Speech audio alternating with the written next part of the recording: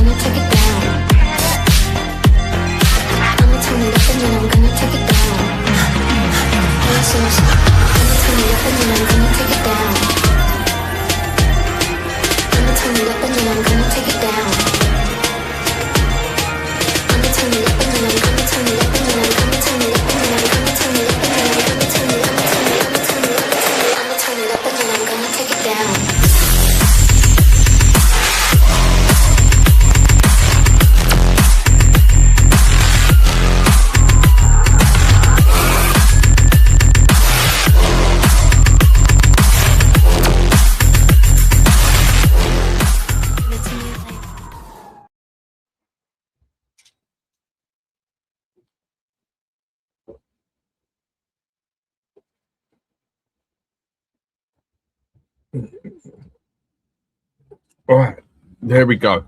Morning, people. How's everyone doing? Hope everyone's a bit more pre-prepared than me there.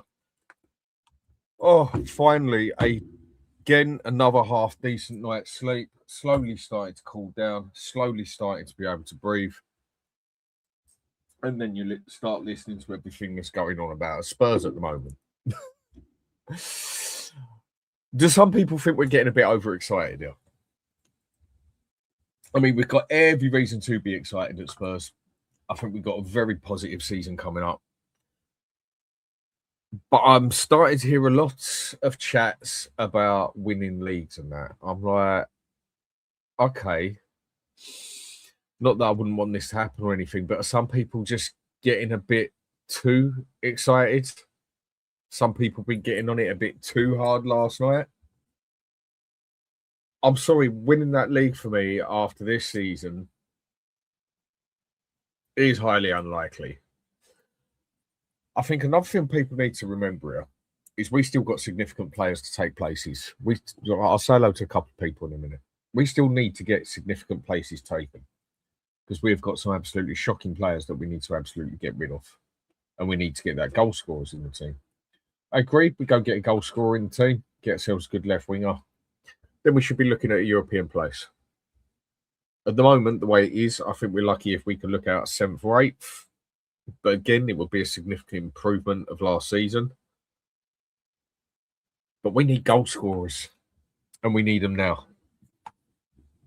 Because otherwise, where are we going to get everything from? But I definitely don't see us coming up and winning no league. I mean, and then when you start, I think we're getting to that start now of the window. I mean, we had a couple of crazy ones and they actually went through. I mean, who would have thought we'd get Tonali? Seriously.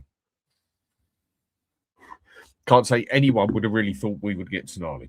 That happened. Fernandez over Man U. That happened.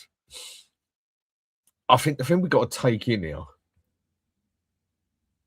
is bar Man City, no one else has really opened up yet. So it's all good looking at what Spurs are doing, and it is great on what we're doing, and it is improving on what we are, which wasn't too hard. But it's massive, massive improvements and great players that we've been bringing in. But the big clubs haven't started yet. Like I say, except for City with, what was it, Anderson. None of the big clubs have really started in Europe. None of the big clubs in the Premier League have started. Chelsea ain't done nothing. Arsenal ain't done nothing. Liverpool ain't done nothing. Man U are trying to do things. No one else has actually started. So at the moment, we might be the biggest spenders. Yep. At the moment, we might be the busiest. Yep. At the moment, we got the best. We got the best buys out there at the minute. That's all fine. That's all good. I'm happy with that. But I think some people maybe need to step back a little bit and let's just wait until what this says at the end of the window before they start judging that we're going to be winning leagues. Because like I said, the big boys haven't started yet. We've proven we can throw a bit of money about, so go and bloody do it some more. Go and get the players you need now. Quicker we go and get the deal done, quicker it's done. That's already proven. Can totally wipe another team out of it if they're not paying attention to it. So go and get some deals done. But I just don't quite see us winning the league yet. I think that one's taking it too far. Yeah, we got how many teams in Europe we got next season from here? Is it 8? Is it 8 or 9? I think we got 8 or 9 teams in Europe next season. So we're going to be 1 of 11 with a clean sheet. And basically 1 game a season. That's going to do us big favours, without a doubt. That is going to do us really big favours. But I just think winning a league is just people getting a bit too high for themselves. I mean, how are no one else going to really buy anybody? How is no one else going to improve their team? City will probably buy a couple more. We know Arsenal are going to get a couple more in there. Chelsea will get a couple more. Man U, if they get this deal done that looks like it could be going through, I'm going to be extremely pissed off because then they have had us hook, line and sinker. And I just think we need to calm down on the winning the league bit. Be excited. It's going to be a good season. It's going to be an interesting season, especially if we get some strikers. But winning that league, not for me yet. I'm sorry, I am not positive enough to go and say we can win that league just yet. Keep buying players like this consistently for 3-4 years. Times might change. But right at this moment, no, not for me. Tony, how you doing, mate? Big up to you in the chat. Ellie, how we doing? Always good to see you. Morning, Dan. Well. Morning, Glory. And that's all it is to way open my man's day in the way. Yep, that's my wife loves that. And Flicks, how we doing, mate? Hope all's good. Do make sure you go to Hotspur Flicks and sign his channel as well. Doing some really good stuff, progressing as a channel well. And Kate, how we doing? Dan, hope your weather is cooled off and day will be good. Yeah, it is cooling down slightly. I can handle the 25, 26 degrees. It's just when I'm sitting indoors and it's still bloody 30 odd degrees. It's horrible. And Dan, sorry, hope the weather's cooled down and enough for you and your wife. Hope getting plenty of coffee. Coffee ain't been so much. It's been Lucozade in the mornings. That's been my hit in the morning at the moment. Because it's a lot colder. I mean, they do say the thing to actually do is go and drink when you're that hot. Go and drink a hot cup of tea. Yeah, no, that's I don't know. Someone might have to explain that to me. Like one of my mates said it to me and explained it to me that it actually cools you down or makes you feel cooler. Drinking a hot cup of tea in hot weather. I'm sorry, that one don't make sense to me. Someone would have to explain that one to me because I just don't get that one. And Pure Coys, big up, mate. How we doing? And Agent 5731, big up everyone. Coys, big up to you too, fella. Beth, morning, sweetheart. Just saying morning to Kate. Corey, how we doing, fella? Hope good on your end. Ozzy, big up, Dan. Big up to you too, mate. Dingoid. Some of the names on here. Hi all. You all right, mate? And Queen also love rowing home vids on TikTok, Dan, and Instagram boats. Bloody banter. Of course it is. Always a bit of fun. Beth, morning, husband. Morning, wife. Yes, I know. I've got some work to do after. Don't have to repeat it or tell me on here. And Spurs FIGI, evening all from Fiji. I'll take that's where it's from.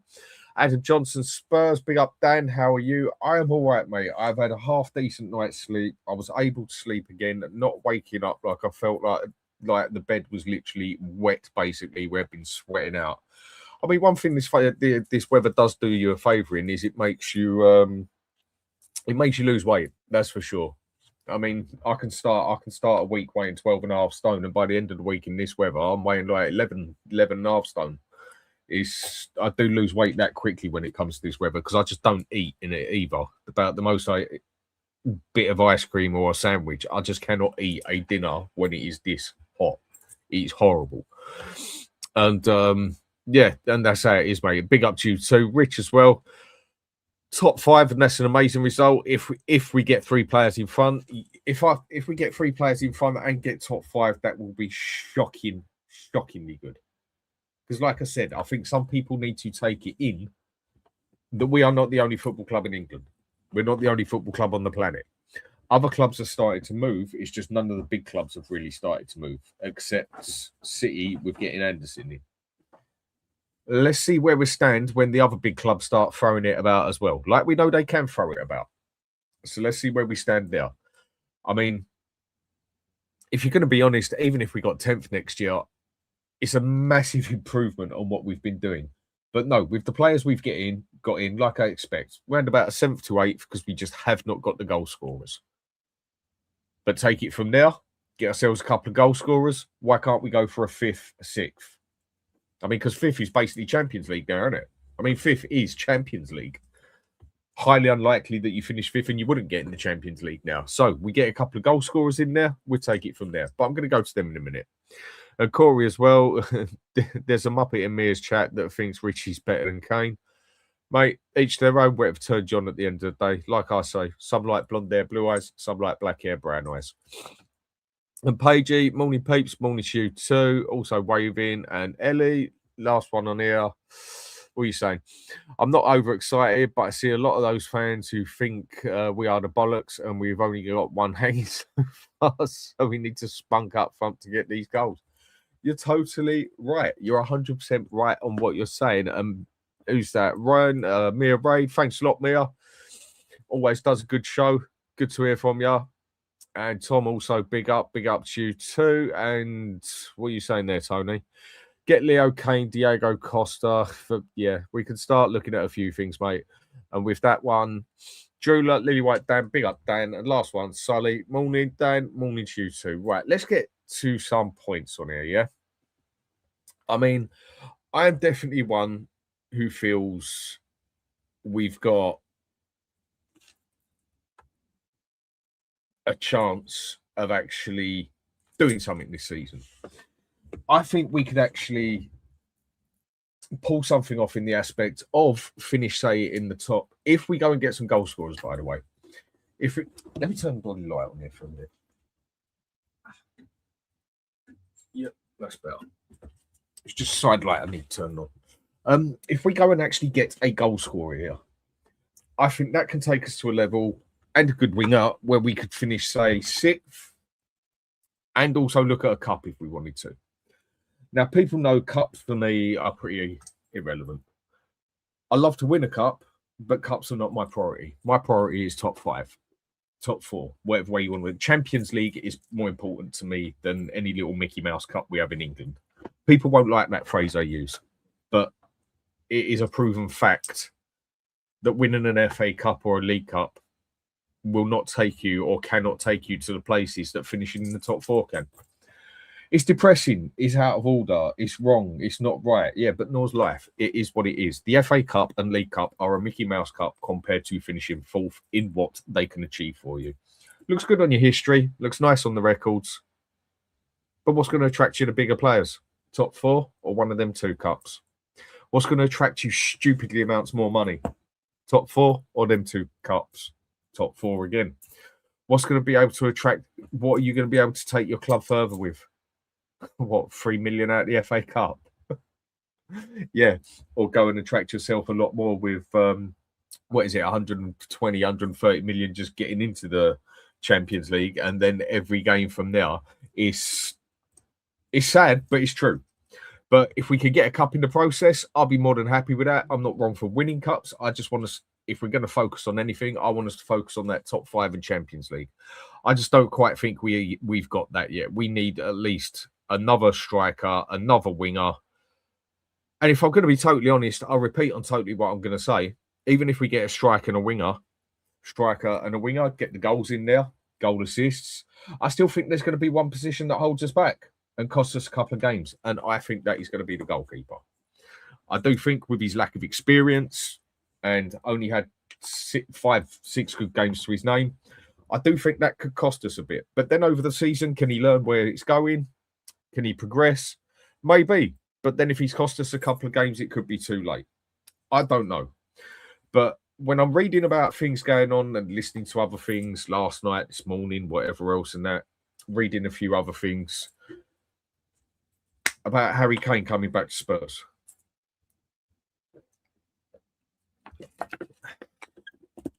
I mean, is that really?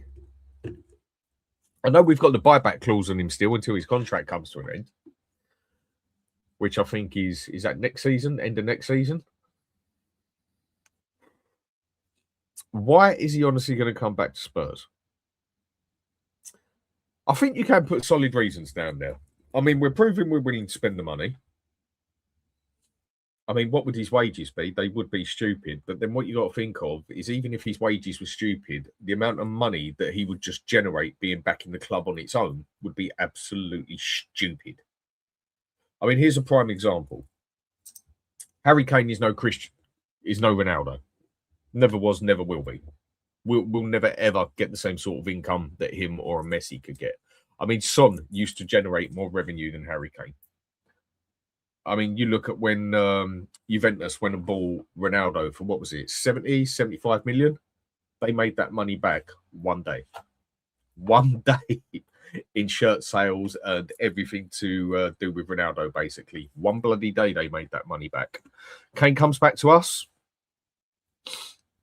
We'd make that back in a day or so because a lot of people would be over the moon. We've got one of the best, if not the best striker on the planet. I do personally think Kane is better than Haaland. Why? Because I just think he's more gifted he's just more of a complete player. If you just want an out-and-out goal-scoring machine, then that's how Haaland does his job. You can accept that one. That's how it goes. But if you want a player, a more complete player on the pitch and can do more in the box, could do more outside of the box, and will also try on the pitch, I think Kane is your man. I mean, for me, Haaland, I think, if I'm going to be honest, I think Haaland's quite a lazy bastard, actually. He really don't put that much effort in on the pitch until it comes basically to his position. But then that's what you see a lot of strikers do. Just plod around the pitch, do their thing, and then when it comes to them, bang, there you go. They do their job. But Kane, past couple of games, Kane ain't looked right to me. He's looking a bit rusty. He's looking a bit, I think he's looking a bit knackered is the word. I think he's definitely looking a bit tired. I mean, that last game, the only England game, Bellingham basically carried that for us all the way. Kane just looked shot. He just did not look like he was on form, that one. But either way, we'll bring it back to Spurs. We go get Kane back at Spurs. You're looking at what? A random guess here, a 70 million deal, something like that. And I think he'd be worth bringing back. I think he'll get the goals in. Plus, the other thing is with Kane, like Teddy Sheringham, and like I've said since I started doing YouTube, Kane will outlast Son all day long. Simple, unless it's a major injury. And this one really don't take Einstein to work it out. When have players, now I know there's been one or two, but in general, when have players that rely on their pace ever gone a long way in their career? And what I mean by long way in their career is past their 30s. There's really not that many out there. There's a few, but there's not that many. It's usually the slower players that go further in their careers into their 30s, mid-30s, and further than that. Why? Because they have to think with their head. Why? Because they just can't do everything with running around. Whereas when you've got players like Michael Owen used to, until his legs went, like Son and many other players out there, as soon as their pace starts going down, their career starts coming backwards. They start losing a yard or two. It starts coming backwards for them because they rely on the pace so much. Kane has got every chance to last until he's 38 because he can come back as a number 10 as well. His passing's as good as anybody out there. We all know he can basically play. He can sit back and almost play a false 9, or he can sit back and play as a playmaker. He could play a number 10. He could play a Maddison role. And because he can pass. He knows where people are on the pitch. He's always had to be a lot more alert than other certain players because he's a lot slower than other players. And when you're that much slower, you need to know what's going on the pitch. You need to know where to be, basically, because you've got to take them 2 steps first. It's like a game of chess. Teddy Sheringham was excellent at it. Whereas when you're that fast, you can notice the ball over there. You can get to it. You can use your pace to your advantage. When you're that slow, if you're not ahead of yourself, you get caught left behind. Can we get Harry Kane? That would be a good question.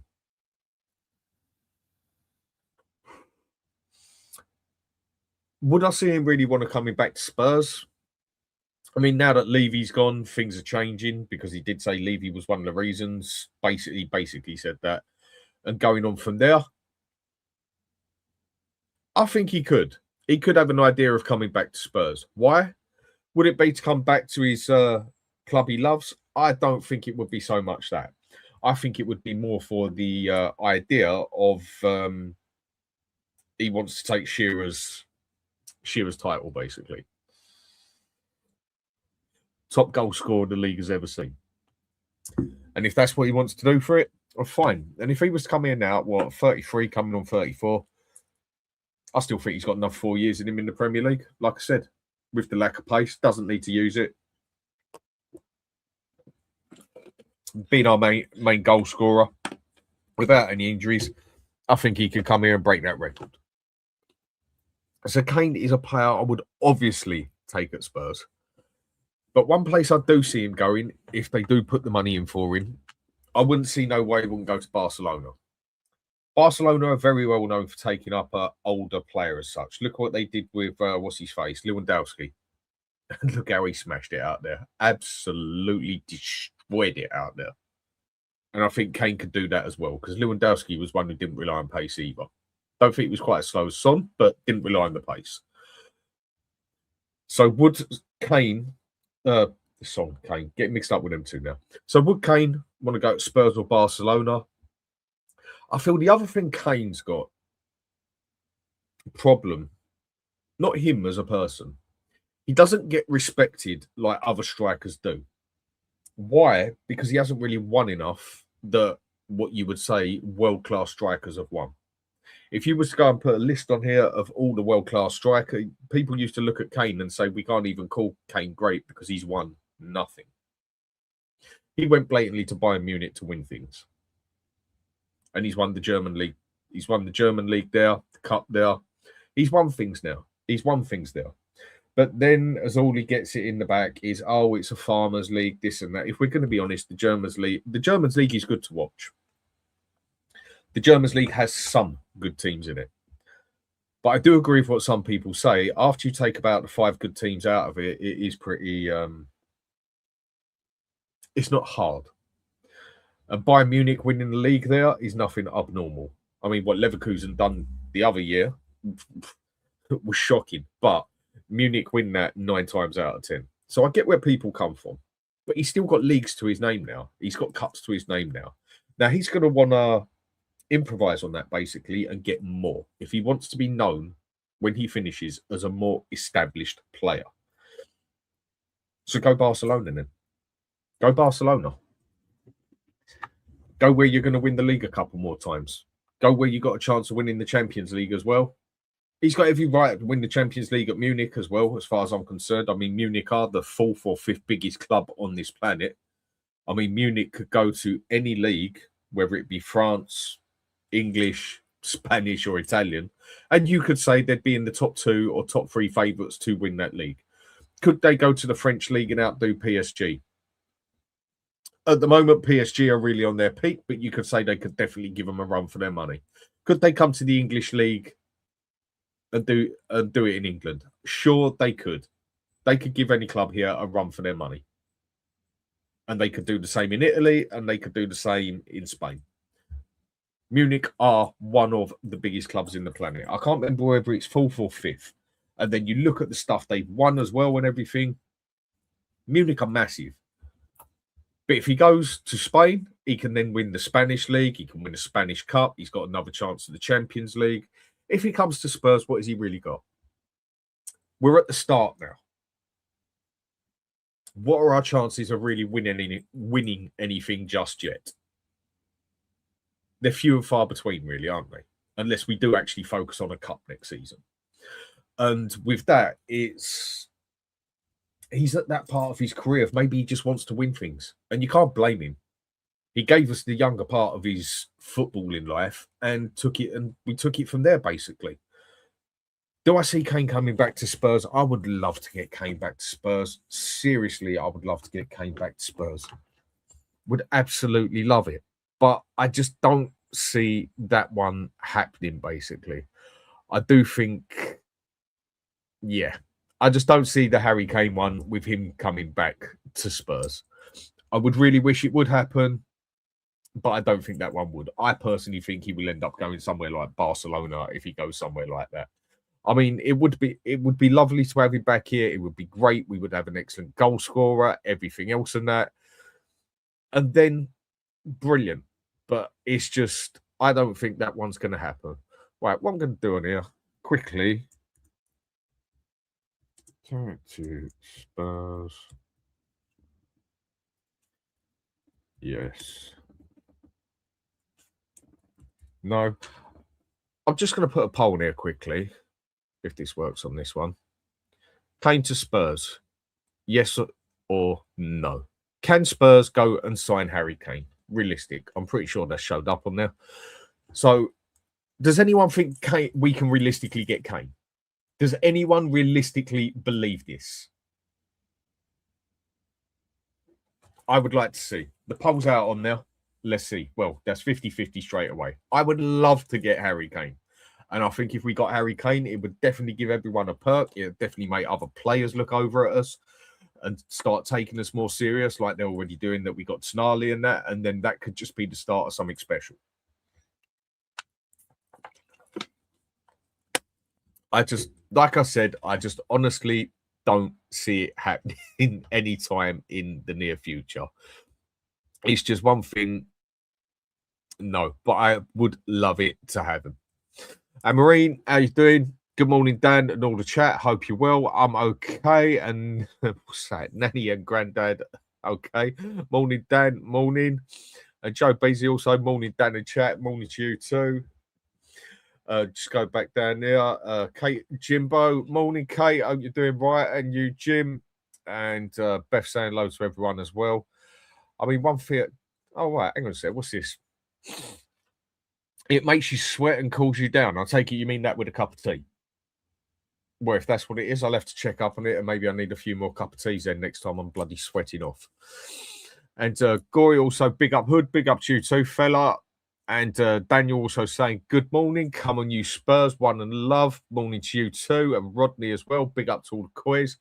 Right, okay, let me get a question here. JF. Hi, Dan. Do you think that Declan at the end of the Belgium and Atalanta could do a striker job for Spurs? Honestly, I don't know. I honestly don't know. I mean, there's a young... You're on about the short Belgian fella.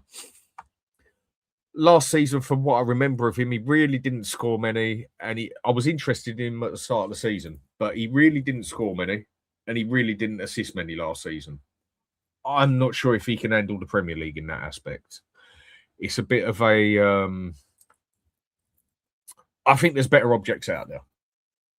Personally, so no, he's not the one I'd go for. I think he's a good player. Would he be good as a squad player? Yes, but I don't think we should be looking at squad players right now. I think right now we need to look at the first 11 more than anything. And also Hotspur Flicks. Morning, fellow. How we doing? Hope you're having a good day, mate. And other one I just got told. I'll come back to that. Right, other thing as well, going on a lot at the moment. We're hearing a lot about the transfers, this and that. So staying on that one for a minute, and I ain't going to go too long with this because I've spoke about it about 100 times with everybody. I mean, it's looking like Rafael Leao is looking like the most likely one coming to Spurs. I think everybody knows my opinion on him now. On his day, excellent player. But if anyone actually does follow the Serie A, they will know he's extremely greedy. got a proper attitude problem and also a very lazy player. But then also on his day, he's got the quality to take out anybody. His stats aren't bad, but he's a very, for me personally, from how I've seen him play, very patchy player. In the aspect of he'll appear for a month, disappear for a month or two, appear for 2 months, disappear for a month. It's not in short bursts he does it. Not from how I've noticed him over the few years at AC Milan anyway. Significantly better than what we got. We need a goal scorer there through and through. I don't want Savinho out of choice. Now, Savinho is... I would take him at Spurs because he's better than what we got. But for me, he's not the player we need there. We're going on about how we need goal scorers. So Savinho, for me, isn't a goal scorer. He doesn't do the job on the goal scoring bit. So we need someone there who's going to bang it in the net. And so Savinho for me is out the picture. I mean, there's Rashford, yes. Basically, it's Rashford or Raphael. You could go for either one of them. And like Rashford's even got it in the Premier League. Oh, God, guess who wants to come on? Ellie, how we doing? Yeah, all right, Dan. I told you I'm going to join you around about 11. So I'm a woman of my word. I'm glad that you enjoyed my little saucy comments there. It's always a bit of banter in it. It's always a bit of banter in it. Nothing wrong with that. Yeah, I'm agreeing with you about being able to get proven goal scorers from the wing or from our strikers that we're after. You see, we're really going after people that are not proven, and the one that is quite patchy, like you said about Liao, right? He scores goals, but he's patchy like Sonny, yeah. And with the attitude and the going missing for months on end, is it worth the risk? You know, we've seen Rashford. He scored in the Prem, but he's also patchy one of those. Yeah, do you know what I mean? We should be going for a proven goal scorer and somebody like Krupi to come in just behind him. Yeah, we can take a punt on that. Yeah, but with the that's wing, £100 million punt. Yeah, do you know what I mean? It's a lot of money to splash out for someone who's only had 1 year. But if we don't snap him, someone else will. That's how I see it. That is true.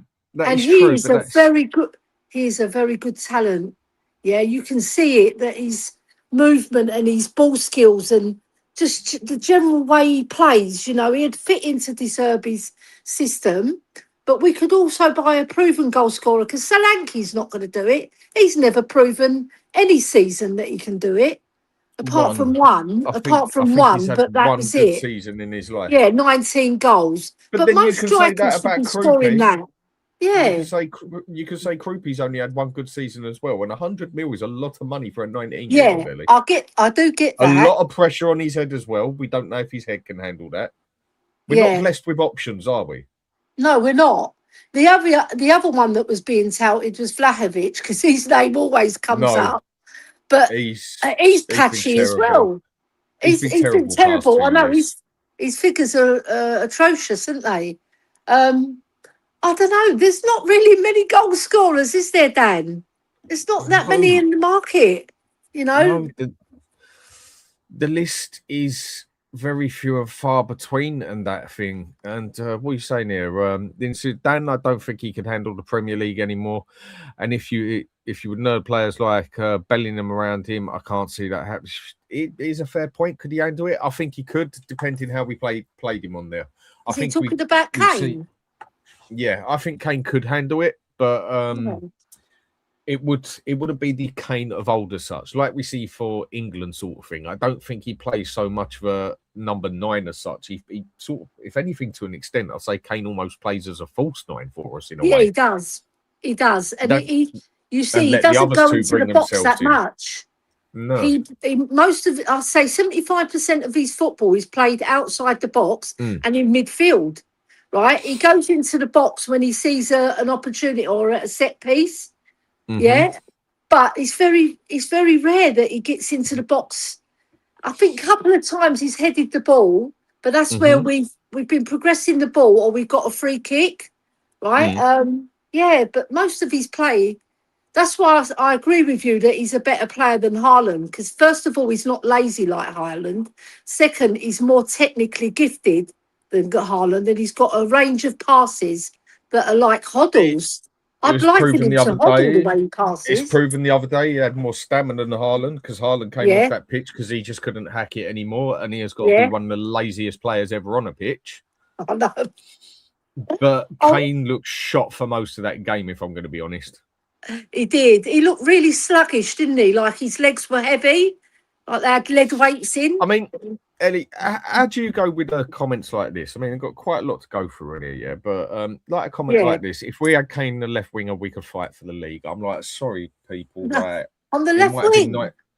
Yeah, if we got someone on the left wing and we got a good striker, we can go for the league. I'm like, sorry, people. If you had a good beer in that last night, I get it, but be real.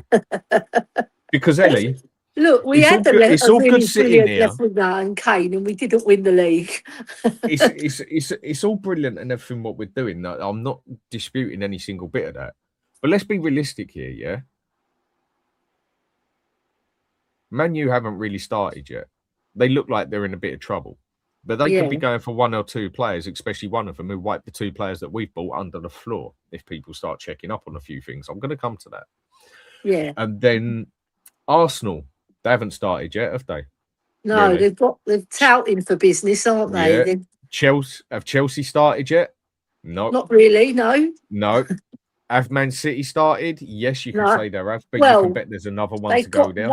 They got one in, haven't they? Yeah. So they've started, but you can guarantee there's going to be another one or two go in there and that. Definitely. And then there's plenty of other clubs out there as well. Aston Villa are going to find it extremely hard. So are Newcastle, whatever, and that. Yeah. But there are still significantly bigger clubs than us, better clubs than us.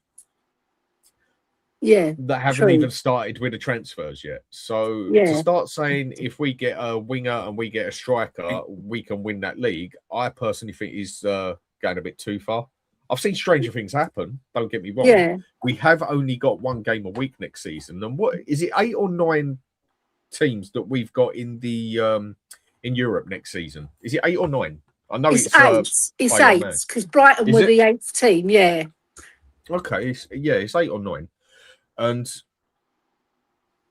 yeah, that's a lot of clubs to have in Europe, and that's a lot of games that people are going to be played, like the effect it had on us this season and the season before.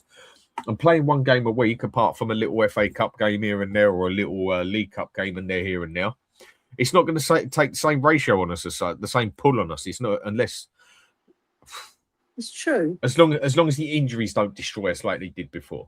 I mean, the injuries totally fucked us over well and truly. They had a massive part of that. True. But, I mean, what do you think on the comments coming up and what people are saying that if we get in the left wing and a striker that we can win this league?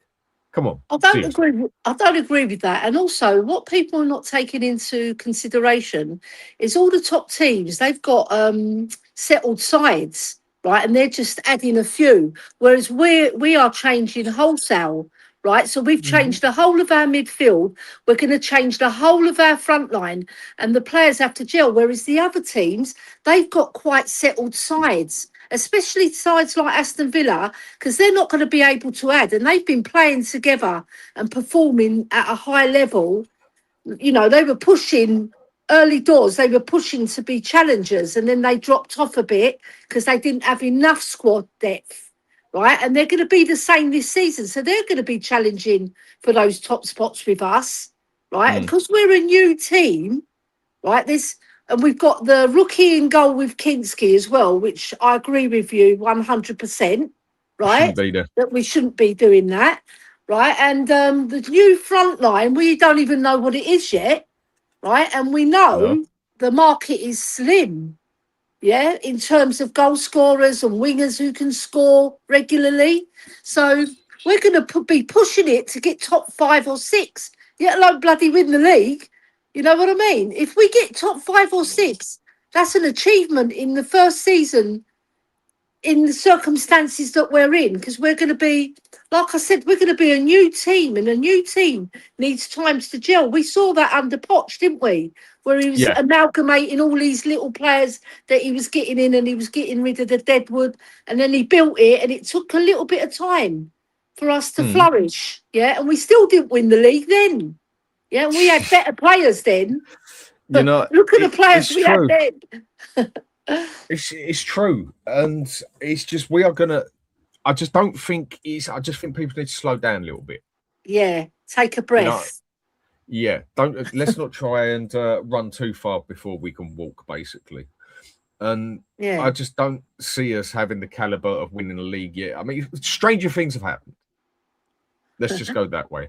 But I still think one of the things that is going to cost us big time next season is the goalkeeper. And I think that's going to be down to his lack of experience. I'm not saying he will be a bad goalkeeper. It's just if people are now talking about leagues and then telling me we don't need a new goalkeeper, then name me a team that has actually won the league without a good goalkeeper, established, experienced goalkeeper. Yeah. And I just ain't going to change my mind on this one. The other thing I'm going to go to, Ellie, yeah. I mean, how much do you know about your European football? Not too bad. I'm all right. I love the Spanish football, especially, and I like the Italian Serie A. I watch quite a few games there, especially AC Milan, Inter Milan, and Juventus. And I liked watching Como last season, so I like the way Fabregas gets them playing. Watch out for Como. Watch out for Yeah, Como. they're very good side. 3 years, they're going to get about 3 years in that Champions League. Mark my words, within the next 4 years, Como are going to win that. They're going to win that Serie A, and then they're going to go up and up and up and up. That's and what I think a as well. massive force in Europe. Yeah. Well, they've got two brothers who own the club, and each brother has got 50 billion in their back fucking pocket. Yes. So, do you know what? And that's why they've got Fabregas in, who's a young up and coming coach, and he's done wonders with that team. He's got them playing such stylish football. And they're interchanging up front is fantastic. I love it. Now the problem I've got, it's like again at Spurs. People do struggle when you have a different opinion, But that's half the fun of doing this, isn't it, Ellie? Now, when we got Fernandes, first thing I said, is I'm happy with who we got. Fernandes and Tonali. Tonali is a wicked player. I think there's a lot more to come from Tonali because personally, I think he hasn't lived up to his potential. Nowhere near. I think he got held back going to Newcastle because of the way they played him. I mean, at AC Milan, his potential was much, much higher. Yeah, I think we've missed out on a very, very good player. Manu Kone. I've been speaking about him for 4 years now. Since we've been doing this, nearly 4 years been going on about this fella, the French one since in Germany. Having a wicked World Cup out there. Played 2 brilliant seasons at Roma. I have them people tell me, but it's the Italian league, it's shit. Okay, it's only seen some of the best and strongest players and leagues in the world, and it's if we compare it European, it also wipes the English teams under the floor as well. And with that, he would be going for like 55, 60 million euros because the money over there isn't great. They do need money over there. And for me, and if you go and check his stats as well, I personally think he's better than bloody Tonali and Fernandes. And it's a player we could have had there for the pocket money. And this was why I said Fernandes, more than happy. But why didn't we go and look at bloody Kone? And now all of a sudden, he's killing it in the World Cup. Probably one of France's best players out there at the moment. Yeah. And now you've got Liverpool looking at him, Man U looking at him. It's now coming up on the ranks that Munich and PSG are looking at him when it's a job we could have got done. I must admit, that one I'm going to be a bit bitter about. I'm going to be happy with what we've got. I just think we could have gone out and we've missed out on a big deal there. I mean, do you follow him in Italy? Yeah, I like him. I've been following him in the World Cup especially as well to see how he copes on the world stage. But I've seen him in Italy and he's a fabulous player. I don't know why we didn't go for him, Dan. It's ridiculous when you think about all the stats that he's got, all the experience that he's got in Serie A. And in Serie A, they've got And the German. best defense. Yeah. and Germany, and in Serie A especially, they've got the best defensive systems. They pride themselves on defending, the Italians, and for him to shine with those brilliant defenders that he's got to come up against, it's just a no-brainer why we didn't go for him. And now somebody's going to snap him up in front of our eyes. And I know we've signed a really good prospect in Fernandez, yeah, but he's Yeah, I'm only more than 21. happy. I'm more than happy, yeah, like yourself. He is. You see his graphs; they're fantastic because he does everything. Yeah, so I'm not 100% sad. I'd say I'm 90% I sad just that think we there was didn't a get I him. personally think there was a Yeah, better option out there than Fernandez. Just simple yeah, as that.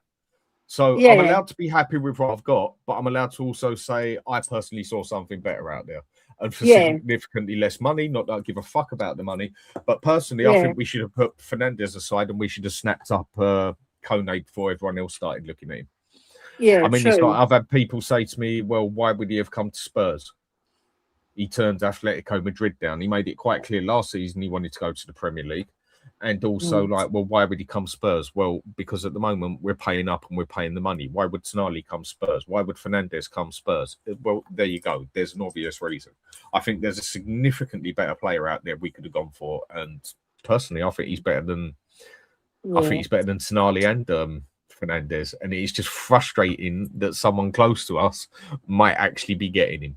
I know there's going to be other people who just haven't watched him and that, so won't necessarily got it. And yeah, I'll get that. in You that can't aspect, blame them for that, but at the same no, of time, they course should go not. and watch play, watch players. You know, it's not hard. You don't have to just watch Spurs because you've got to have an eye for other leagues as well. And that's where people say farmers leagues. I get very cross with that. I get so cross because it's not true. So Yeah. some of them are more. This poll don't seem to be working properly. I've been told. Oh, okay. I'll just take that off of there. I can't be bothered Another fuck thing, about all that at the Dan. moment.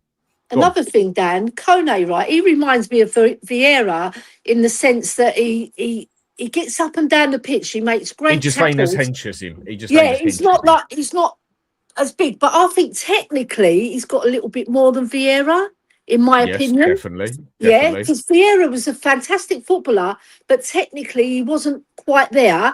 But what he lacked in that, he made up in tenacity and getting stuck in and his awareness and his vision. Yeah, so he had all of that, Vieira. But I think Kone's just got that extra bit of technical skill. And, you know, some players have got it and some players have rely on other parts of their game, you know? Of course you do. Yeah, It's just a player that I'm going to be very, very, very frustrated if we lose out on him because I've been following him for like 4 years since he was like 21, basically, when he was yeah, in Germany. And it's like when I told people about him when we went for Harry Kane, people just laughed at me and said Kane's much better. I mean, that is the comical thing you can laugh out on it. Is you can definitely tell when someone only follows the Premier League and just hasn't got a clue about the rest of European football. I'm not saying that's a bad thing, but if you're going to preach about players, then at least know what you're preaching about, sort of thing, isn't it? yeah. Because you can make yourself look like a bit of an idiot sometimes.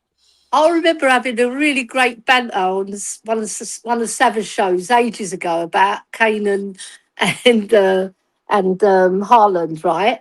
And the general consensus in the chat was to support me because I was saying Kane's a much more technical player than Haaland, and then He is.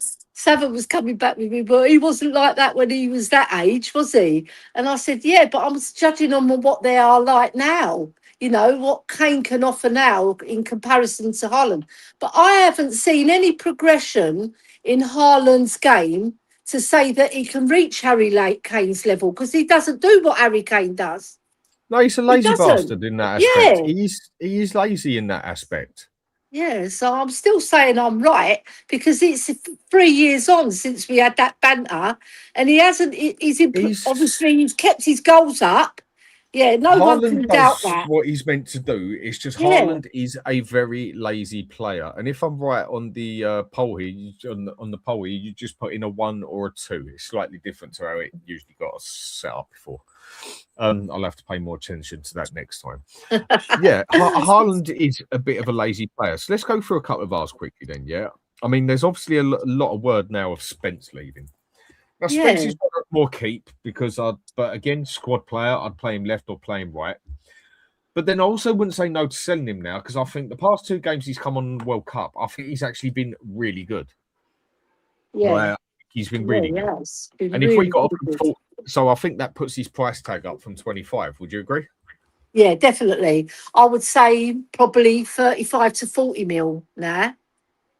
All right, I'd say 40 mil because when you're playing in the World Cup and you're putting in those cameo performances, some of them have been longer than others, but they've both been impressive regardless of the time that he's been on. Yeah, and I'm really interested in the way he talks as well, because when he talks, he's very bland. Yeah, when he gives one answer, He loves one himself off. You can answer. see that, Mo. Yeah, he's He's very laid back in the way he talks, and I think that portrays when he's like generally about a club. You know, he's a chilled out, laid back character, and I think some managers don't get him.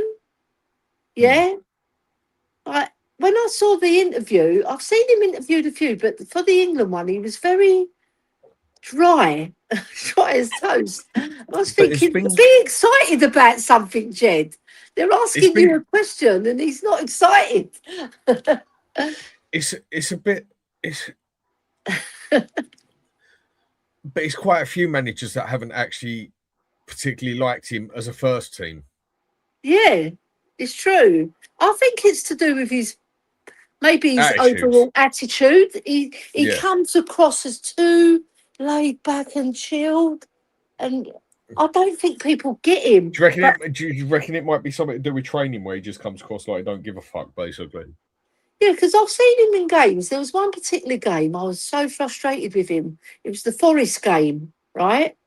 And he came on. He was subbed on, and his attitude, his body language was all wrong, right? And I was thinking, I screamed at the top of my voice to get moving, Jed. You know, because when he gets moving, he's a decent player. You know, like he bombs down the wing. Some people say he can't carry the ball. I think that's his best part of his game. It's just when he gets there, the decision making. Yeah, it's not on I point. don't think Spence is very good. I think when he gets forward, he then gets lost, basically. Yeah, that's But what I'm either way, I saying. think It does. Spencer's been good for us. And then there's the rumor of getting Williams in, who can cover Yeah, left and right as well. And Nico if you look at his Williams. stats, yeah, I think his stats are significantly better than. I think he's a much better player than Spence. And I think Yeah, he's one you would. I mean, where's he plays? Left or right? I think it's on left, isn't it? I know he plays both sides. Nico Williams. I think he's a Yeah, left footer, isn't he? Yeah. because I know he did. I have seen him play both sides. Yeah, I But suppose because his versatility, isn't it? yeah, but then that'd be basically get rid of Spence, bring him in. He's got much better records than Spence and that, and I wouldn't argue for that one. You I'd mean say the that'd be a good Forest, the one. Forest guy, not Yeah, the that's one right, the who's Forest yeah, thing. yeah, No, the one Nico. at Forest, the wing Yeah. back at The Forest. Welsh Where's he boy. from? He's only Welsh fella. 25 as well. Yeah. Yeah. So I'll take him up. Why not? That'd be good cover for club, and might even get into that first team. Because Spence, I don't see how he's going to get in that first team. He's not going to be our left back because he's not going to get in over Adogi and Robertson. I don't know why, but he's not going to. And I'd say Robertson's better than them personally. And Porro is loved off on the right hand side too much. And again, I don't know why, because he is a liability. And if we're going to play as a flat back four, Porro is the biggest liability on that pitch, basically. Because that is where everybody aims the game every bloody time. So unless we play him as a wing back, we're not playing Porro to his bloody potential anyway, are we? But so you wouldn't say no to selling Spence, yeah? I wouldn't say no because I was watching Sean's show yesterday and he brought up all the stats. Yeah, on Neko. He was calling him Neko Williams, but his name is spelt like that. But most people say Nico. I would like to hear it from the player himself how he pronounced his name. But I would agree with you. And also, I was looking up his career. He started off his career at Liverpool. He's a Liverpool youth player. That's right. Yeah, and then he went to Fulham on loan, and then Forest bought him. So yeah, he's an upgrade, isn't he? Yeah, and if you go and look at the stats here, I can bring these up on here. I do like Right, Spence there we though. go. I've got a soft In here. spot for Spence, but you can't be sentimental, right? Because at the end of the day, you want what's It's best for one your club. thing. It's Yeah, one thing we are very guilty of at Tottenham I Hotspur, know. isn't it? Yeah, I Right, was like that with Højbjerg, but after a while, I thought, nah, you got to move him on because he didn't fit the system, right? right. So There's the yeah, stats. So the green are Williams, and the orange is Spence. yeah. You see, Nico Williams much more expansive, and also his decision making when he gets there, he's got a good cross on Okay, him. about the only thing he doesn't do is carry the ball as well.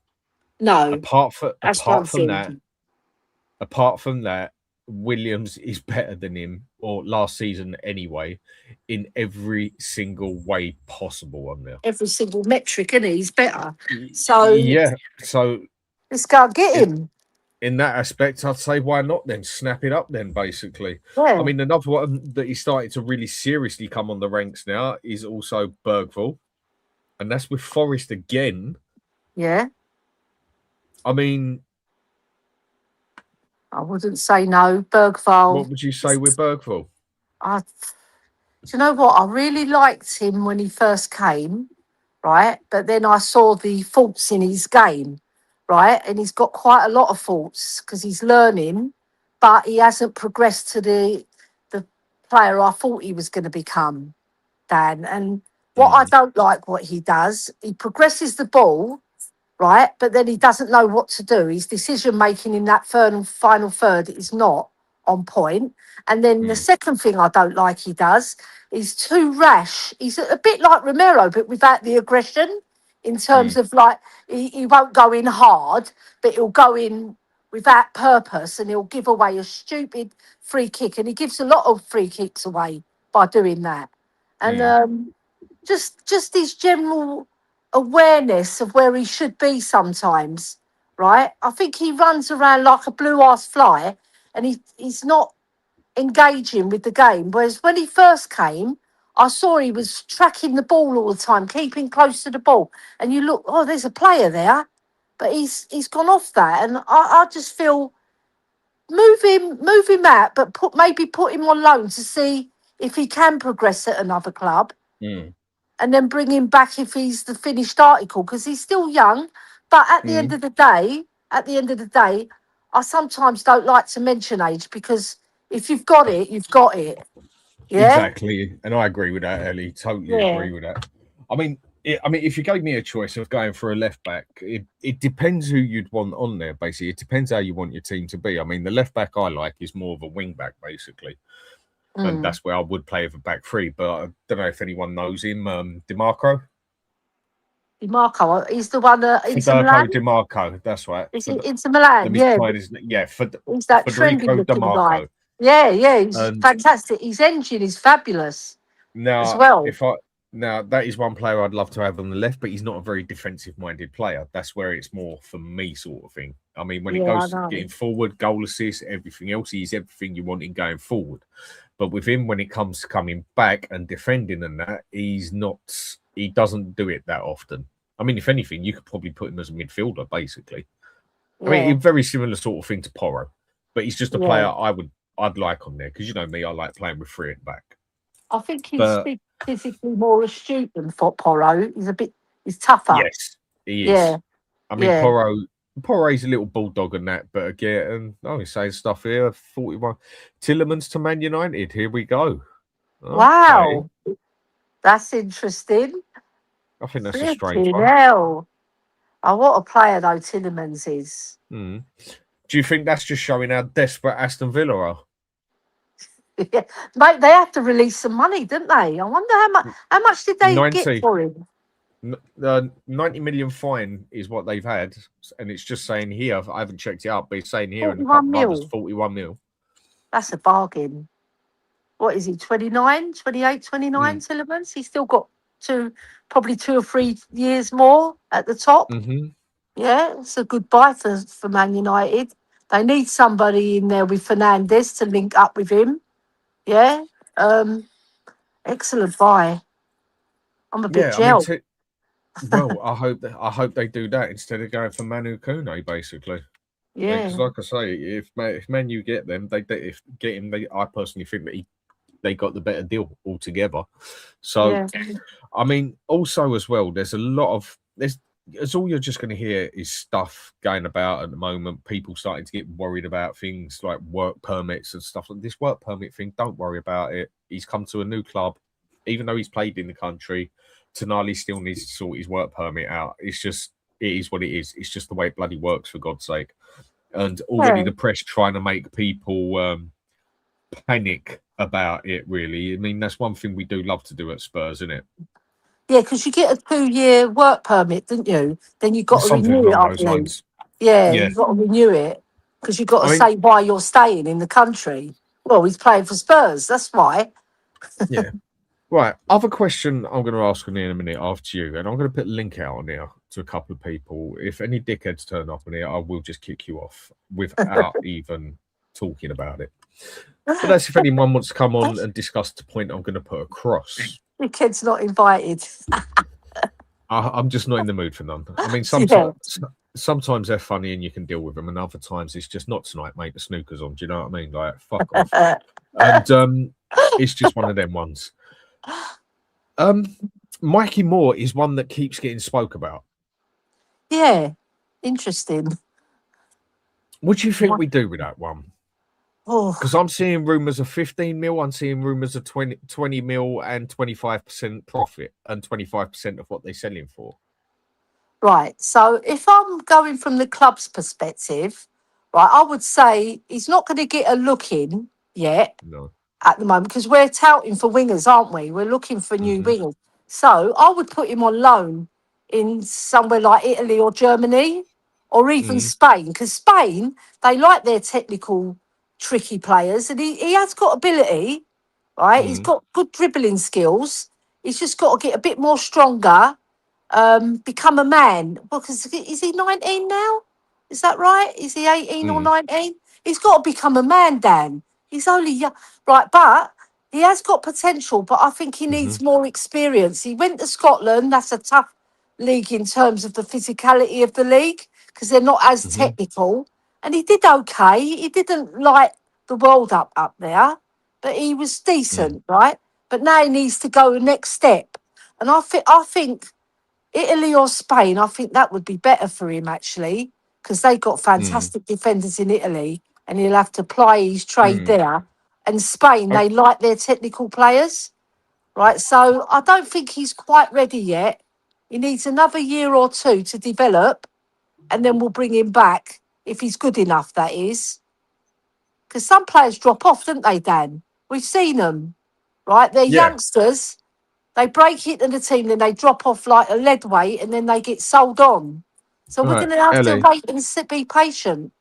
I'm going to say it how it is. I couldn't give a Yeah, fuck about the youth team.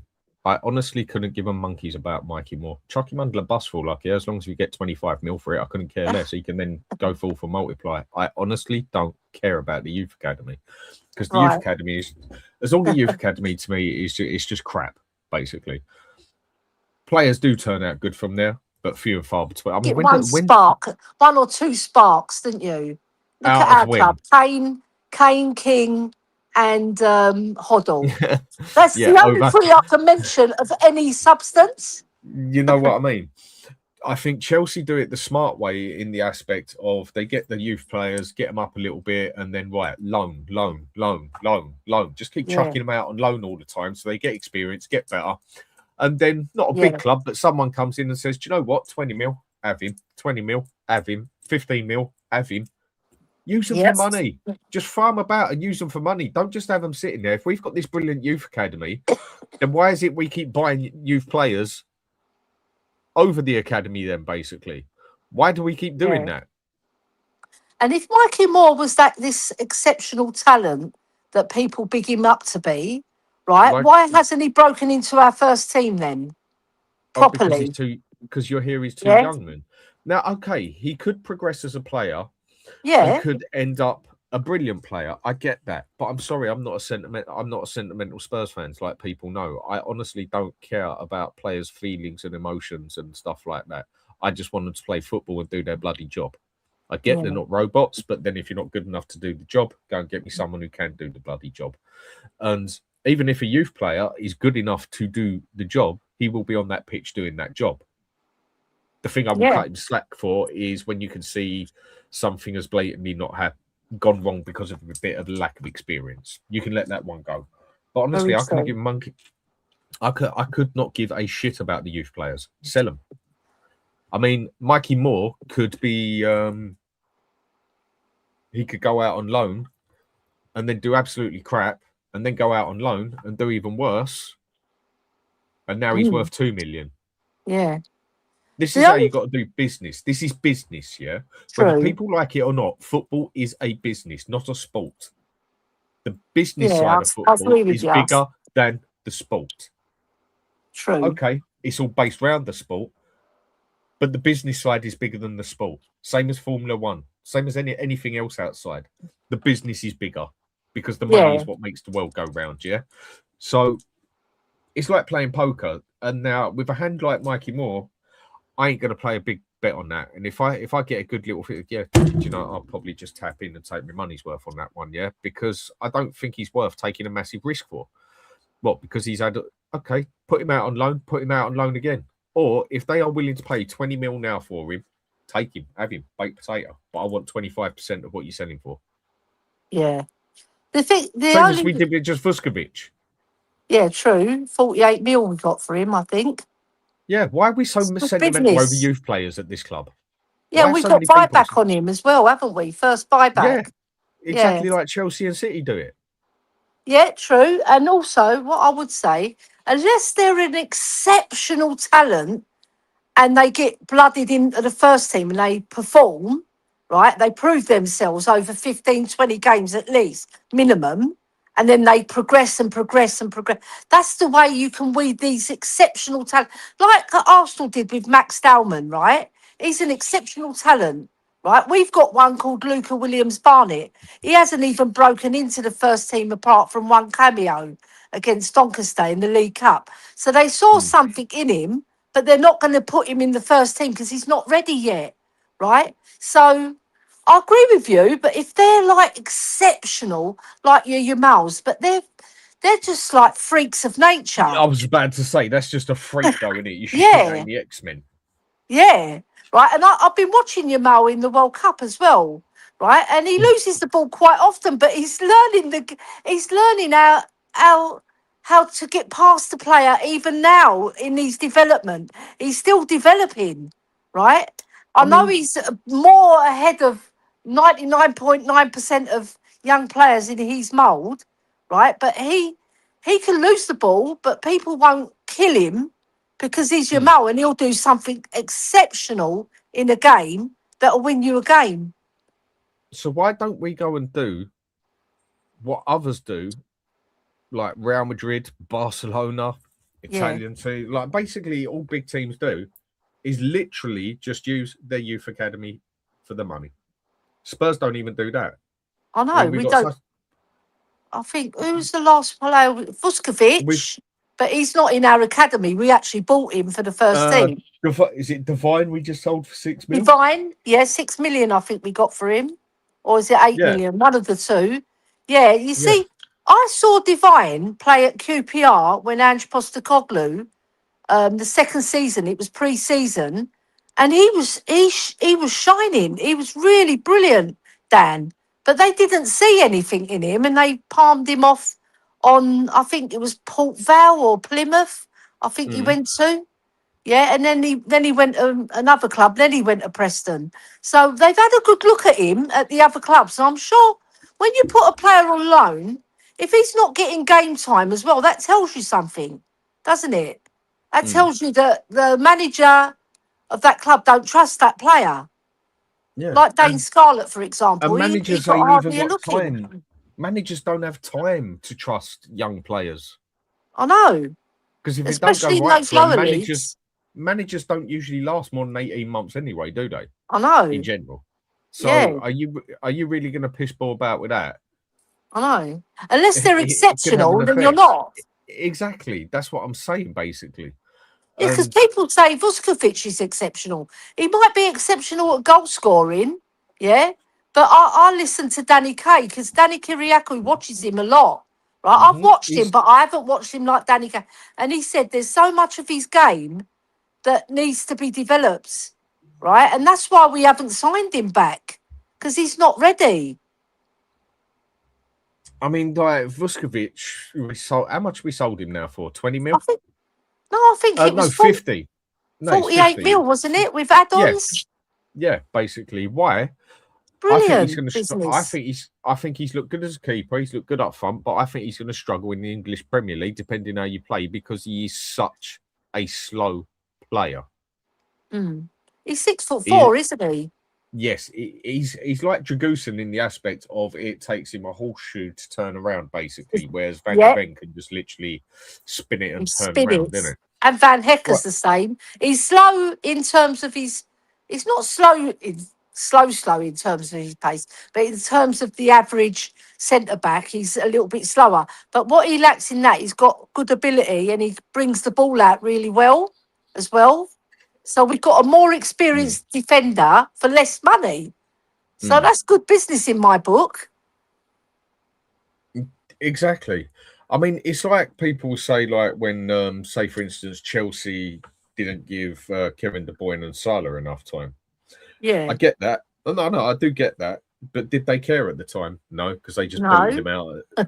Yeah. Got better players in who were better at the time, and went on one thing still. Yeah. Okay, it come back to bite him in the arse in a few years' time and whatever and that, but they still won things in the process, didn't they? Yeah. And also, So we have that sentimentality business with Davis and Sonny. We kept them on too long. And we've done it mm, with other players as well, not just them. Like Sanchez, for example. We should have moved him on ages before we did.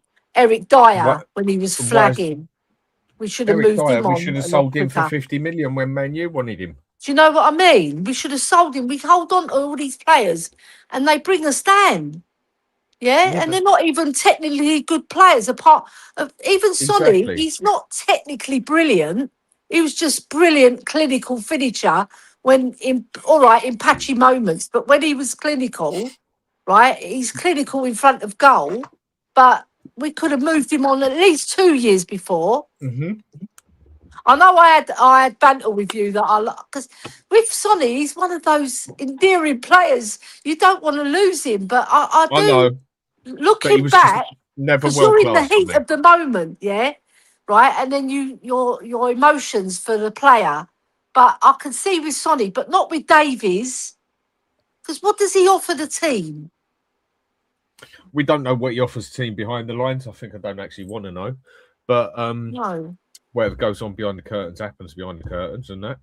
So he yeah, might offer something good, but just what? Why even keep him in the club? I mean, for me, he's just there taking the space, you know. yeah, And in that aspect, I just feel with that youth academy, we've got to put the mentality side of it across and then just do what others go and bloody do. So I'm going to put a link on here for a couple of people. If someone to come on and he wants to say something about this youth academy thing, yeah, feel free to do it because I know there's a lot of people who usually have a opinion on that sort of thing. So Ellie, what I think we should just do is just do what a business does and just milk it out there, basically. yeah. We've I got to mean, be what's more Phyllis saying here to me? ruthless. You're deluded if you think Son was world class. If Son was not world class, Son was the next level down from world class. If Son was world class, why did Real Madrid never go for him? Why did Barcelona never go for him? Why did Liverpool actually pick Mane over him? Why did all the big teams never actually go for Son? Son was an excellent player, world class goal scorer, but he was not a world class player. Yeah. Son does not step on the boots of Figo. Son does not go out there and step on the boots of Ronaldinho and stuff like that. Yes, Yeah. Son was extremely good, but he was not world class, I and he was like never to. proved. I'm like He was you, never Dan. proven. That's sentimentality I'm, talking there, mate. it's true. I'm like you, Dan. I've seen players of that caliber. So how can Mm, I put Sonny in that bracket? Yes, he's a very, very good player. Don't get me wrong, right? mm. But to put him up on a pedestal that he's world class, I can't do that because I've seen Batistutas, I've seen Gerd Muller's, I've seen so You know, many brilliant what a strikers. player. Do you know what I Gabriel mean? Batistuta. Oh, I know. Yeah. You know when. And there's so Varane. many other brilliant players I can name. I'll be here all Christian day. Vieri, exactly. Christian Yeah. Vieri. Yeah. Like some of the Del players I listed Piero, earlier on, where brilliant. I'm having. Hang this on, let Ellie arg- finish. Let Ellie finish. Sorry. There's so She was many going other for a point. players, right? Yeah, like Del Piero and Totti. Then you've got the midfielders like Figo, Platini. You've got flair players like Ronaldinho. You've got Pele. You've got Maradona. You've got Messi. You know, These How let's can players you are on. forget world Maldini at class. defence? How can you forget Yeah. Maldini? No, but the point she's Yeah, but he's a making is defender. that's I'm going this to is mention world him as a class. defender. This He's world is class. world class, yeah. And that is Injuries why ruined Son, him. for me, just Injuries never made ruined it that on the poor world. bloke. Just never made it on the world class. Hey, Benj, fucking hell, mate, you look like you've had a car crash. You right there, fella? I'm going to be honest, right? Listen, forgive me, but I've just woke up. I'm no. Have you seen the hairbrush yet? No, I haven't. I'm so sorry. No, Dan messaged me this morning. I didn't even see it. I feel terrible. I am very sorry. That's but all right. the little one had me up at 4 a.m. and I think I passed back out again at about 7. So I've been there. yeah, I've done my good. stint. Oh, don't worry. Honestly, go on, mate. no, I was just going to say real quick. Fuck the lot of you. Well, Son at his peak was world class. Don't smirk at me, wasn't. Dan. Richie Yes, as well. he was. Hey, show me other players at the time who were capable of doing the things Sonny was capable of. But it's not just he scored. Kane, Oh yes, he was a world-class finisher, but he was not a world-class player. He was crap on the ball. He couldn't dribble for shit. He couldn't cross the ball. His passing was very inactive. But what could he do? He could beat his man because he could knock it past him and run past him. I mean, bless Sonny, he couldn't dribble to save his life. He scored world-class goals. He was a world-class finisher, no two ways about it. But for me, but Kane does more than finish. Yeah. Kane also assists. He also defends. Yeah, you know, Son didn't. Kane is world-class. Do you know what it is for me? Because it's timing and finishing. That for me, if you've got two sort of areas of expertise, I mean, good God, just look at what the man done for the club. And you know, you say, oh yeah, but Rail didn't come in. Yeah, and we know why Rail didn't come in. You've got Son. You've got Son R7. Okay, this man, you're not just buying a player. You're buying the goddamn country that comes with him. Daniel Levy's not letting that go. You would have to pay out your ass to come and get Sonny off us. It just ain't gonna happen. So you don't think we'd have sold you don't think we'd have sold Son for anything less than 80 mil sort of thing? Good God, no. Good God, no. And you know what? And at those times, Real Madrid and Barcelona could afford that. No doubt they probably could have, but Kane does come back at the end. Sorry, Scooby. If you haven't noticed what that guy does, he comes back in off set pieces and he comes back and defends. You saying Richie is world class makes me wonder if you need to go give your head a wobble, lad. Corey, just forget about it. He was going on one on Mia's. Yeah, I mean, fella, don't worry. If you got something for Richie, mate, that's perfectly fine. All cool and everything. If you dislike Kane, just look at Richie when you do it in the shower. So when it comes down to that guy, Richarlison is absolutely world class. You lot are clearly delusional. Is it because he's Brazilian? Do you know what somebody said to me yesterday? They said, "Would you take Vuskovic on on a maybe?" I was like, "Listen, if any striker that comes along has been outperformed by Richarlison in 2 seasons." Then I'm pretty sure they're not a professional footballer. So for me, yeah. Richarlison is a special kind of cunt. I'm sorry about the language. But he what a player. What a player. Do you know what? I would take Vuskovic before the injury when he was at Fiorentina. For sure. Hell yeah. He was all right there. Dan, to be fair, I know Dan used to be a big fan of him, but who wasn't back in the day, lad? He was incredible. Yeah. And then the injury kind of took 2, maybe 3 yards of his pace, and that was it. That's one thing. Blahovic, yeah. There was something that guy had was his pace, and then the ACL wrecked him. Is that what happened? An ACL? Yeah. was an ACL that took him out for about 5-6 bloody months in Italy. ACLs, It was only a tear, not a rupture, like Zabi's is. So to come back from a rupture is a lot harder than a tear. Yeah, that's where we don't. Yeah, because you've got a level 1, 2, and 3 in it, like on most injuries like that. And in that aspect, it's like I said, with Kulu, for me, he's done and done. Yeah, and even Simmons, you don't know what he's going to come. You don't know what he's going to come back like, if he's even going to come back to the potential that he's got. Because after a major ACL injury like that, and it's not just a little one he got, he's level 3 basically done it. Yeah, he's ruptured it. He's ruptured so that's a level 3 then. And it's the way he landed, isn't it? Yeah, but modern medicine's ACLs aren't the same as they used to be, guys. Yes, but they are still life changers. They are still game changers. Did Dragusin rupture it as well? Because Dragusin landed just like Simmons. He jumped from a height and then he twisted his knee, same as Simmons. So did they have the same injury? They ruptured it. Yeah, it's like with the Belgian player the other day. He hyperextended his knee and he's ruptured his ACL. He's now up for 7 months. That one I saw and I went straight away, that's his ACL gone. Straight away I was like, that's it. Yeah. That one's done. And my mate Arsenal's right back. Ben Shite. No, the other one. No, they got the other Timber. Timber this season had come back from an ACL, and let's be honest, he was absolutely sublime. So yeah.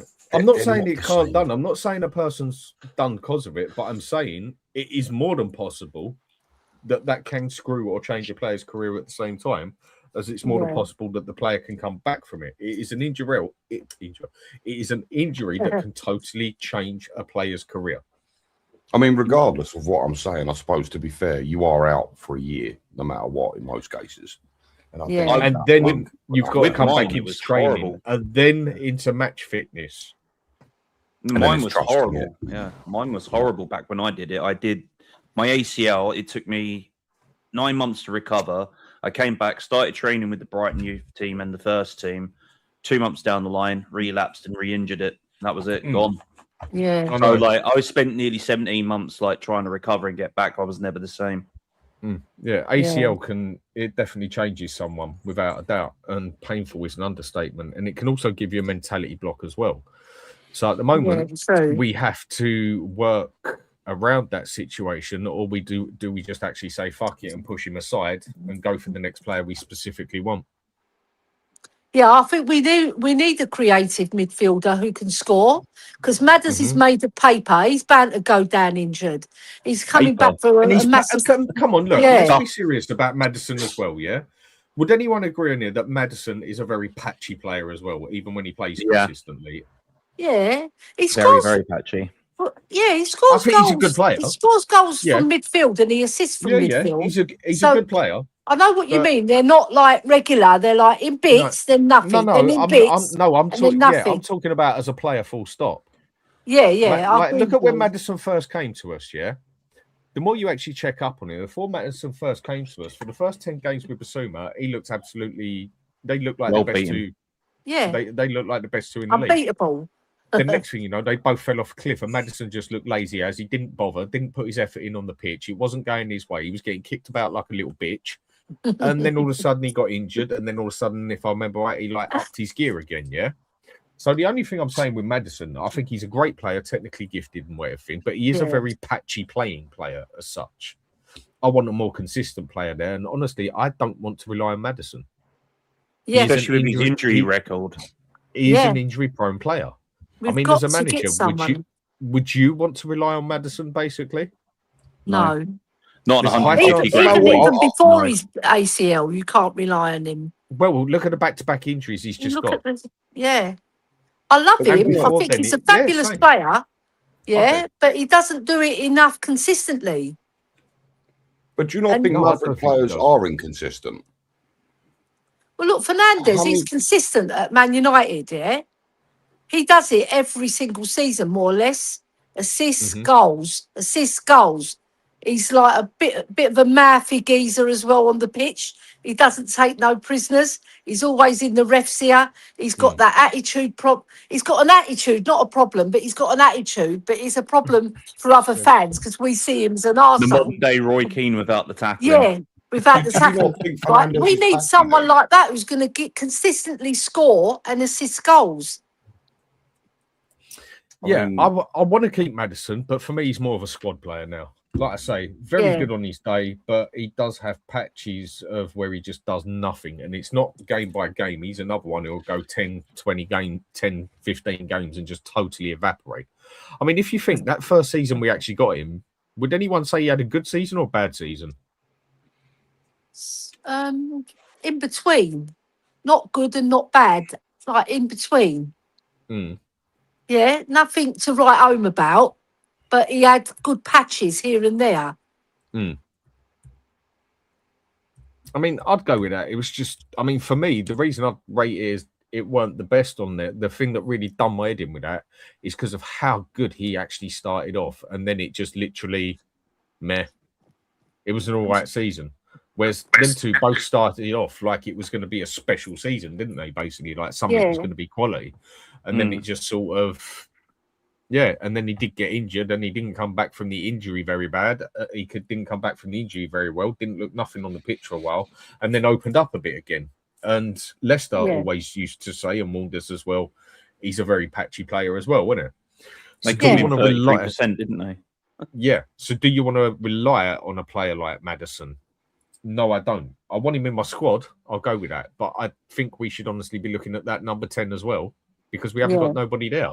Simmons, he's going to be out for at least another 8 to 9 months, basically, because it's going to take him time to fix up, basically, and then also get match fitness and everything as well. Yeah, you know? there's then two there's Leicester Matt Sharp fans. as well. There's two Leicester fans, David Clark, who's regularly in chats, and Wayne Holland. They're both Leicester fans. They've both seen Maddison much more than probably all of us at Leicester, right? And they said he was a patchy player, and they agree with us that he's a fabulous player. They love him as a player, but they don't think he's consistent enough throughout a season. And then he picks up injuries, and then he's gone for 3 or 4 months or longer, and then he comes back and What Maddison does in my eyes, he always steps up in the big games, right? Like against Man City, he scored those 2 goals away, and then people like rave about him. But then in the lesser games, he won't be as effective, right? Like and Romero. throughout this, it's the same. We need the midfielder who's going to come in and hit the ground running and score us the goals and assist the goals better than Maddison can. I think one of the problems with Maddison is he can't take a beating. He's a bit soft. He's a bit brittle, is what I think with Maddison. He'll get a couple. I mean, straight away, what do the first team usually do? Apart from looking down at Porro on that side to put the ball down there, they also look at Maddison and walk up to him and just kick him about a couple of times. Yeah, that's what they do. I could blow on him and he'll fall over. Yeah, because they know he's brittle basically, and they know it pisses him off. I mean, it's going to piss anyone off, but they do it to him because he's brittle, and that's that basically. And he does have that happen to him a hell of a lot in the game. You know, like our goalkeeper, Vicario is. As soon as they sussed him out and that, they just used to literally bully him on the pitch by pinching his arse and that when it was a corner. they even had to change bloody rules in the game to protect Vicario, basically. Yeah. I mean, that's shockingly bad, isn't it? Yeah. The Italians usually like a pinch and arse as well. The thing is with goalkeepers and a proper goalkeeper is, I mean, imagine they go and do that to Pickford. Pickford's going to turn around and headbutt the fella or throw him over. I know. And goalkeepers can get away with that shit to an extent. Goalkeeper can get away with goalkeepers are a protected species. I wouldn't quite go that far anymore, but they can still get away with significantly more sort of thing. Oh, so what I spoke about earlier, Ben, seeing as you've only just got up and that, yeah? What do you think our chances are getting Kane back? Getting Kane back? I mean, little to none. I mean, I know that he probably... People are talking that we can get Kane back. People are saying we can get Kane back, get a left winger, and then we can win that league. Right, I'm going to regret saying this, but just so everyone knows, on FM26, if you go to buy Harry Kane back, he does come back immediately, despite the position your club is I had to in. wait a season to get Kane back, and it cost me 86 mil. Yeah. Look, I mean, I finished 6th for my first season with me. My second season, I've got Kane and Bellingham in, so... What? Yeah. Bellingham? Good Lord, okay. I won the FA Cup and League Cup and finished second. Here's the thing with Harry Kane, right? Say, good God, say you go and spend 70 million to get him in. I hear that's the sort of price you're looking at, and I know he's 32, but realistically, if you spend 70 million to bring in Harry Kane, you've got one of the best strikers on the planet for the next 3-4 years. I don't care if he's 32. Listen, the guy, the way the guy is built, the way the guy moves, you know, his strengths do not rely on things that unfortunately age do take away. And that one of them obviously is being paced. He's never been a fast player. He's always been a bit of a slow truck. But the guy is intelligent. So for me, spending 70 million on a 32-year-old Kane, you ain't finding any better than that. You're just not for the next sort of 2, 3, 4 years. You're really not. And for me, he's still got a score to settle with the old the Premier League's top scorer of all time. So he needs to come back to the Premier League. Whether it's at Tottenham or not, I don't know. But realistically, coming back to Tottenham, is that even a possibility? I'd love to say yes, but guys, I don't know. The only way we're bringing him back is if we match what Bayern pay him and a little bit more. I think he's on 350 a week. Yeah, he's on 350 a week and not paying that much tax on it. He comes back to England. Oh. He's slapped with the tax man and everything. Yeah, like 50%. So if he's getting paid 300 grand there and he's getting 300 in his back pocket, you'd have to pay him nearly 600 grand here. Mm. Well, I know Bayern have turned around and said we are willing and ready to offer him whatever he wants, and I don't blame them. Oh, I'm sure they are. Well, seeing as he scored 61 goals in a year in Germany. I'm not surprised, and I don't think any of us really are. You know, I'm not surprised at all.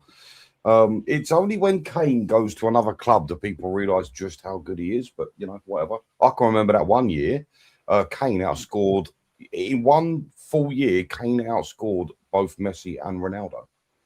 And that was the season that he scored 37, wasn't it? I cannot for the life of me remember. But yeah, look. At the end of the day, I would take Kane back with open arms. That would, for me, that would be like Jesus coming back to life. You know? And I'm not a religious man, you know. So sentimentality, yeah. It's not even. It's just like we know what he brings. You know, it would be lovely to see him back, but I do not think there's much of a chance. If I'm brutally honest. But then we bring him back, it knocks on some of that homegrown and trained at club quota right out the park. For sure. So, I'll tell you what, we'll go this far, right? We'll go this far. If there was ever a time for him to come back, right now would probably be one game a week could suit him as well, but he isn't going to give up Champions League. No, well, we don't know. Look, I mean, has he accomplished what he set out to do? Maybe. I don't know. Look at Teddy Sheringham. He did the same. Went out, won a trophy or two, and come on home. Came back. So, yeah. Both of the players like mirror each other with. I mean, because the other thing as well with him, like I said earlier, but he's never really going to get the credit he deserves until he's got the silverware. And okay, he's gone and won the German league and that, but people are going to say that's the Farmers League. He's not really going to get credit unless he goes to Spain or England and wins it, is he? Or win the league anywhere. Or he goes and wins the Champions League. Yeah, but there's too many people looking at it like a Farmers League, basically. And I can understand that in the aspect when you've only got one team in there. And in the German league, you have only got Bayern Munich who win it. Where once in a blue moon, Dortmund or Leverkusen to do it. But you've got some good clubs there. Look at the Premier League. How many teams have won it in 10 years? 4. 5? Yeah. And that is it 4? Arsenal, Chelsea, not Man U. Arsenal, Chelsea. Leicester won in 2015, City, Liverpool. Mm-hmm. Let me just check to make sure. Who? Are we talking in 10 years going Premier to like 2015? Yeah, in the past 10 years. In the past 10 years, yeah. How many teams have we had in that league? Man United haven't. Leicester, Chelsea, City, Liverpool, and Arsenal. Yeah, 5. Arsenal now, isn't it? So 5. I was you've going to say actually if it's 10 years going back to 2016, then it's 4. But yeah, if it's because it's actually 2015, it's quite 5. open. Yeah. You look at other leagues. How many teams have won the league in Italy over the past 10 years? Juventus, Napoli, Inter, AC. Similar. It's similar, isn't it? Yeah, 4. Yeah. Whereas you Did look you at say the Napoli? yeah. Whereas Yeah, how they many won it with teams? Conte last Yeah, season. Not yeah, last season, season before. season before. So Juventus, Napoli, Inter, and AC. What a crock of shit that is. And then you look at German league. You've got Bayern Munich, and I think it's Leverkusen. I think they're the only ones that have won it. Yeah, they're the ones they took. They They've took the also last 10 won it years, in the last surely. 10 years. Borussia I don't. Dortmund won the league. I don't think so. 98. I think Yeah, Borussia they haven't won it. won it. Yeah, they ain't won it in the past 10 years. I think the ones that knocked them off for a bit was Leverkusen, who went unbeaten that season. And what season that was. Yeah, I mean, Yeah. then you go and look at the French league as such. So what do you call a farmers league, basically? I mean, don't get me wrong. The Premier League is the hardest league in the world to play. And it is obviously the best league in the world out there because it is where the money is and everyone wants to watch the football in the Premier League more than anyone else. Yeah. And it's only just now that we're actually starting to stand up in Europe as well. Because one thing you can say about English clubs, we might have had the biggest leagues in that, but we've always been quite pathetic in Europe, really, compared to bigger European clubs. Or is that me being a bit? Or is that being a bit harsh? We're better in the Might be a lesser bit clubs, harsh. like the Europa Cup and the Conference League, but the Champions League's been dominated by Spanish. One club. Yeah. The Spanish and the French now, because PSG have just made their mark, haven't they? It's like what I said to you, the UEFA Cup or Europa Cup, they're just little cups. They're little minors. They're a little nice thing you can put on the side and say thank you for. Participation trophy. Real big clubs go and win leagues, go and win Champions Leagues. That is what real big clubs do. Yeah. So when we go and look on the European market out there, like on who wins things, who has actually won things for us out there that you can put on the numbers list? I mean, Man U have won it, 3 times? Yeah. Liverpool Chelsea won times. it twice. Liverpool 6. Man City once. You know, but you look at how many other teams have done. Forest twice. No, Forest once, Villa twice. Don't forget Arsenal. Arsenal haven't won it. And those the cricket haven't. They nearly won it like the us. tumbleweed. The crickets and the tumbleweed go by. You know, it's right. Let me have a look at something here. Go on, you should carry on what you're doing. I just want to check something here. Well, I agree with Jason Cundy when he says if you haven't won the Champions League, you're not a big boy club. You're sitting out. He said he likened it to being at a wedding. If you've won the Champions League, you're on the front with the bride and the groom, and the rest of peasants are out in the boonie. Yeah. Oh, we gave you an invitation because we feel sorry for you. Yeah. We know you've got nothing going on in your life, but there's an invitation anyway. Oh no, it just makes me laugh with some of the statistics. But now, like with the money that the Premier League generates, with the Conference League and Europa League, English clubs will dominate that now for quite some time. Because you look at Palace, their revenues compared to who do they play again in the final? I've forgotten. Okay, right. Yeah, let's have a look at it from here. I mean, I'm just talking football in general at the moment because I just don't want to keep talking about Harry Kane. Right. This is teams that have been in the Champions League final the most times, yeah? Like actually in the final. Not just one. From the Premier League. No, they've got to the final, yeah? But they've got to the final, yeah? They've either won it or not. Yes, they've either won it or not, but they've got to the final. Well, no shit, Sherlock. We all know that one, yeah? Right. Really? How many times then have Real Madrid got to the final? I think it's 23 times and won it 21, 15, isn't it? 22. I'm going 14. What, they've only got to the final 14 times? Not how many times they've won it. How many times have they got to won the the Champions League final? 15 times. I think 21. Nope. Is it more? Yep. No, not more. It's less than that. Oh, okay. So Real Madrid have got to 18 Champions League finals. And they've won 15. how many? 15. 14. First 40.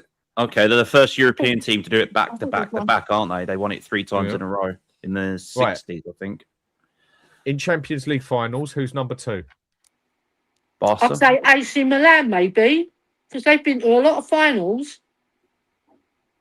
Could be. Corey? Barcelona. Don't check it up. Do it off the top of your I'm not. My hands are like up here. My keyboard's way over there. Okay. Barcelona. Ben? I mean, I'm not sure what game we're playing here, but I'm going to go with Who Bayern. has been in the next? Who has been in the Champions No, League? I know what we're doing. I know what we're doing. It's like fucking around a blankety blank. Bayern, maybe. Blankety blank. It's who I would have gone for in this one. Ellie was right. AC Milan. Yes, come on in, star. They've been in it 11 times, and they've won it how many times? I think it's 7 or 9. 6. Is it 6? 4? I think it's 7 or 9. Ellie's been right again. Looks like Ellie knows more than you two. Yeah. 7. I like my Italian. We're strictly Spurs, right? We don't pay attention. I like my Italian men, you know. They got good hair. Right, we're now going to play a game of Strike It Luck. Is it the top, the bloody middle, or the bottom? Well, now? I'm just not in a rush at the moment. I've still got another half hour spare before I've got to go do some housework and that and help build some stuff. So, right, who's number 3 on the list then? In the Champions League final the most times? It's going to be another Italian club. I'll say Inter Milan. Okay, you say Inter. I'm saying Inter as well. Okay, and Ben? Barca, maybe? Is anyone in the chat going to say anything? Well, that's not fair because they can look it up. Yeah, true. Don't cheat. Actually. Don't cheat. Yeah, it could be. It's either Inter Milan or Bayern Munich. I'd say Bayern Munich because Bayern Munich. I remember as a kid they were in the Champions League, the old European Cup quite often. So maybe come on in the chat. Give us some answers here. It's just Bayern Munich, then Inter. Right. So who are you saying, Ellie? Bayern Munich, because I remember when I was a kid and teenager. It's your answer. I'm going for across the town with Inter. Bench. Barca. Okay. It's Bayern Munich. Yes. My first choice earlier. Yeah, because I was thinking, as I was growing up, they were always in the Champions League, the old European Cup. They were brilliant. I mean, if you look at it, they was in the final in 74, 75, 76, 82, 87, 99, 2001, 10, 12, 13, 20. And they won it back-to-back 74 and 75. Mm-hmm. And then won it again in 76. Okay, so who's number 4 then? This is out of 10 altogether. Who's number 4 then for being in the Champions League final the most times? Not winner, been in the league the most times. So it must be either Liverpool or Inter. Look at the smirk on his face. He's such a... I'd say Liverpool. I'm going in Liverpool. Team. Look at the smirk. Liverpool, because they've won it 6 times and I think they've lost I already knew half of these 5. anyway. No, you didn't. You are so full of shit, Dan. Okay. I think it's Liverpool, Dan. Liverpool won it 6 and they've lost it about 4 or 5 times, I think. So you're saying Liverpool? 4? Yeah, I reckon Liverpool. It's either Liverpool or Inter, but I'll go Liverpool because when I was growing up, they were always in the bloody European Cup and all. and you two?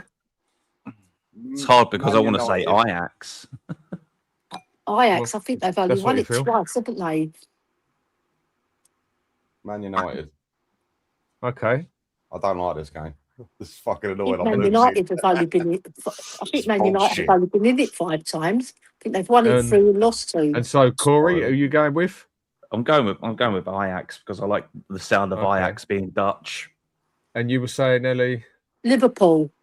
Okay, yeah, it's Liverpool. She's right again. Cool.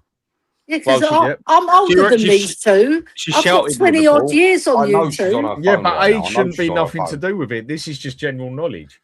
But No, this but is where my people knowledge do is get- like- when someone I'm- says what you're going to I'm say, a connoisseur of I football. like the way see? he looks it up first and then says it's general knowledge. Oh, that's Well, when, half of this I would have when actually Ellie got right, takes 'cause I your know my first Champions choice and League you're like, winners. right, I'll think But this outside is the box. where this is where You can people are getting agree mixed with up. me.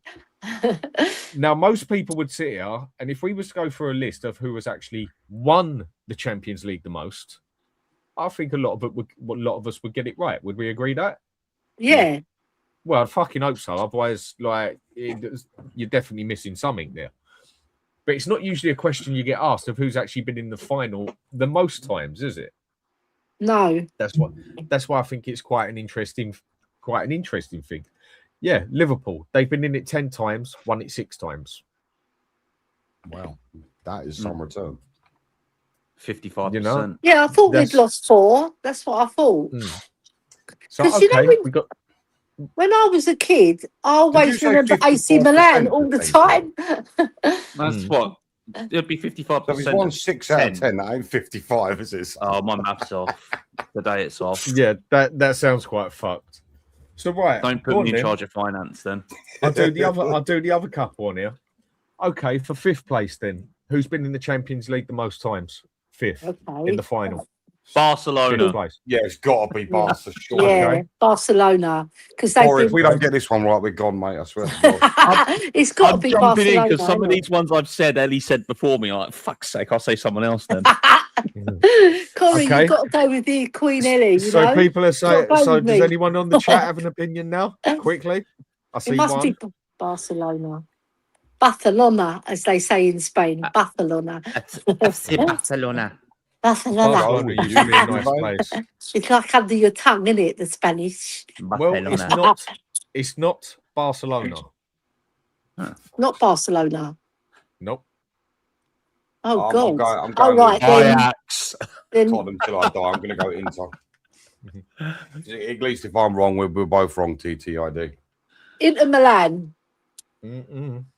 Juve. Ah. Oh, Juventus. Yeah, they were really good when I was young as well. I'm going to keep Now, saying Ajax Juve- until it sticks. Now the thing is with Juve, they Well have done, actually Joey. got Dan's going to send you a signed T-shirt, his own name. Juve have the got next the 3 days. worst. What do you want to call it? They've been in the most finals with the least wins, as such. Yeah, stupid club. Yeah.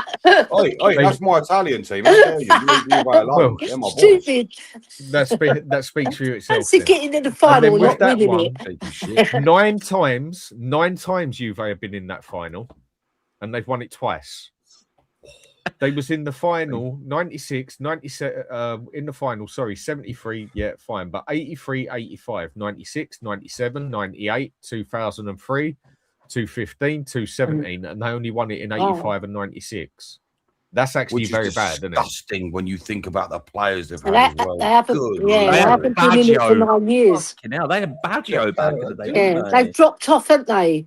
They're having a little siesta, as they say in Italy. Is that, Del P, no, it's Spain, Trezeguet, isn't it? Nedved. Right. Oh, So come What on do they then. call? What do they call a break Hello. in Italy? You Italian boys. Pirlo, yeah. Oh, say What do again. you call? What do you call your break in Italy when you have like a little siesta? What do they call it? Is there a special I name don't for know. I it? don't speak Italian. Yeah, they've gone to sleep, haven't they? The Juventus lot.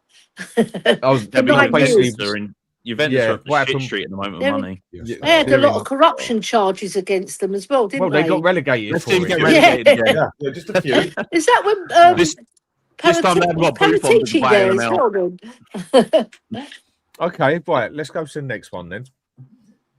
Number 6. Who's been in the Champions League final the 6 most times? It must be Ajax. Inter Milan, Maya. It must be Inter Milan. Okay, you're saying Inter Port Vale. Well, and Corey. Porto. Accrington Stanley. Porto. You're saying Porto. Yeah, I'm going for an outside bet on a Portuguese team. Okay, Porto. Ben. Either that or I'm all- PSG. you hit a No, Portuguese PSG team. I'm gonna say right, Inter Benfica. Milan. Come on, be Barcelona. right. Benfica. Ah, fuck. Or Barcelona. But Barcelona have a good. Basically, they've been in the final 8 times and they've won it. 5. They've been in it 8 times and they've won it 5 times. Yeah, that's quite good. Insane. Well, they've lost Okay, it go on. 3 times. Yeah. So go on. Who's number 7 then? Oh, God. Ajax. One of them eventually is going to be right. Bloggers. Yeah. I'm only saying that because I watched a certain Clock is episode. twice right a day. Yeah, Clock is right twice a day. A certain episode of Only Fools and Horses was on this morning. Ajax on the barge boat. It's got to be United, hasn't it? It's got to be Man U because they've won it a fair few times. Yeah. They've only won it 3. Yeah, they've been quite pathetic for what they actually are. Pathetic Like for the English size of clubs club they are. Like English clubs Liverpool on winning. won it double the time. Yeah, I know, but 6 it's getting to times. the final and winning it, isn't it? Like, I'd say United. Okay, and Ben? Do I have to play? Come on, this is just a little history test. I'm just proving a point here. That'd be a good one.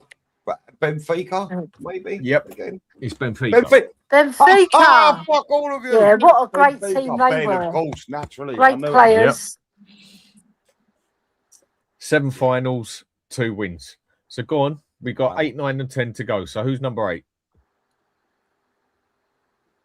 I'm going to go Ajax now.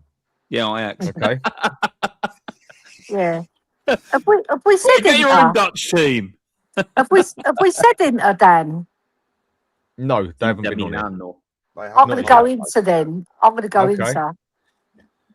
Well, it was a bad move because it's actually Ajax. Oh, They've actually got a good ratio on it. You beat me.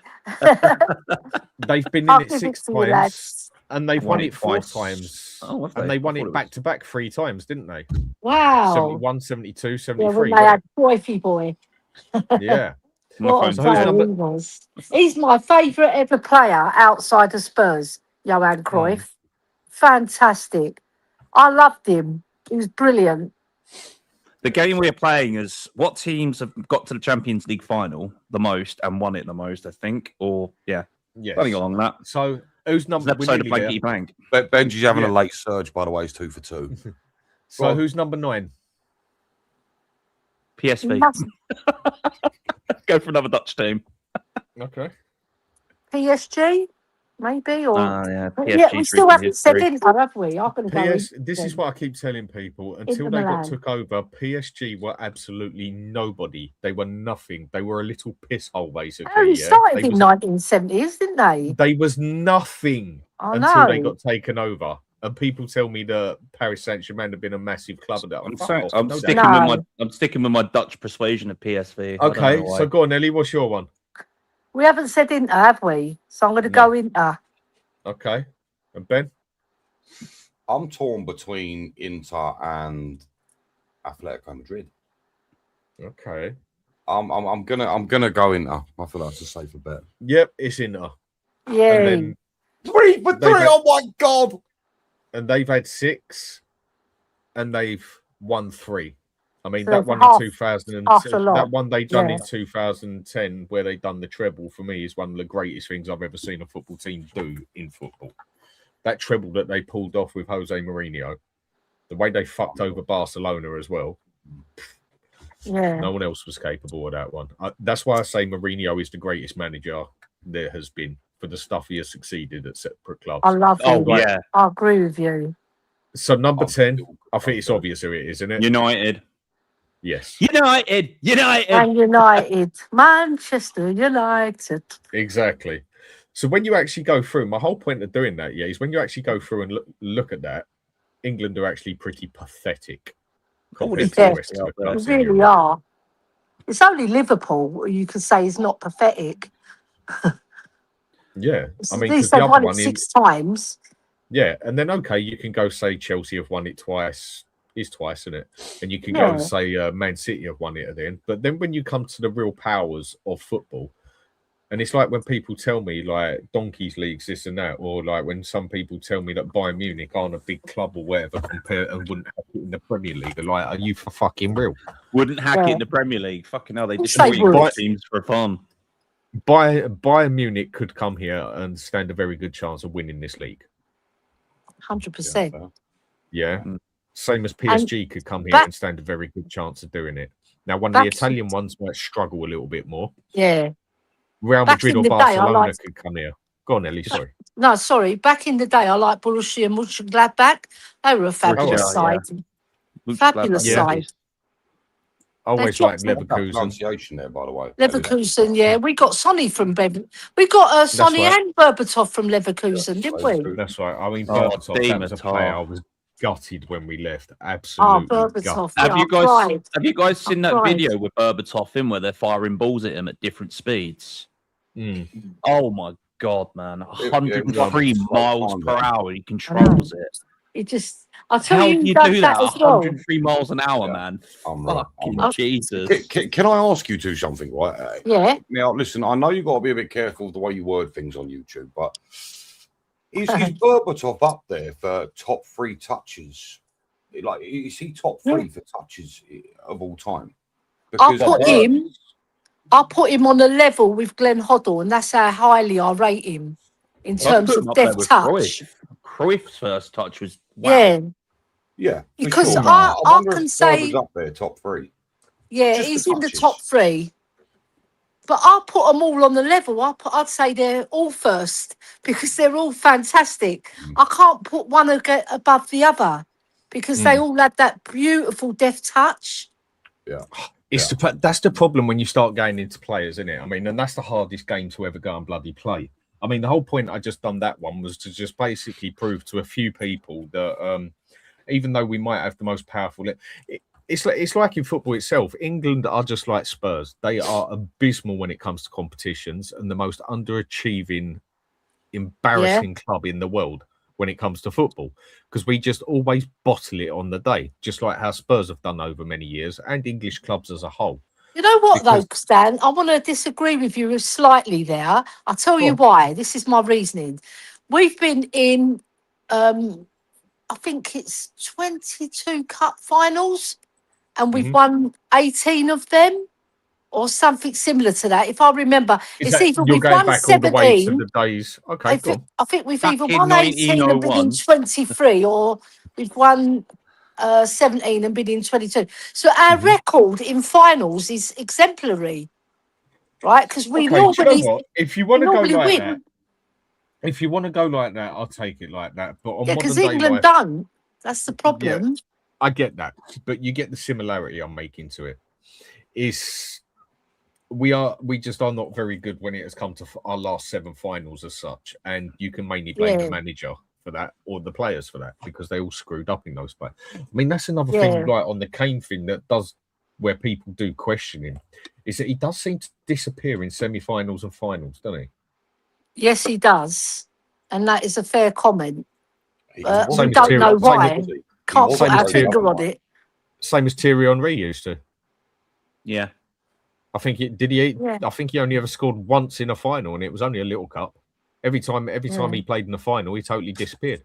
Thierry Henry was the same in that aspect. It was always Bergkamp that stepped up in the finals for Arsenal back in the day. Yeah. And he's Pires stepped up as well. Oliver Giroud. And then you've got Drogba, who always steps up in big games. Yeah. Always. And at other times, everybody says it, and it was true. I love Drogba's passion for that game against Barcelona where he come out, this is a disgrace, a disgrace. I fucking loved him for that. I was like, go on, Drogba.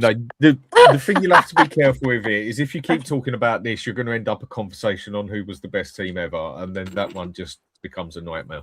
Because White Hawk Football Club, best team in the world. Let's go. Go on, White Hawk.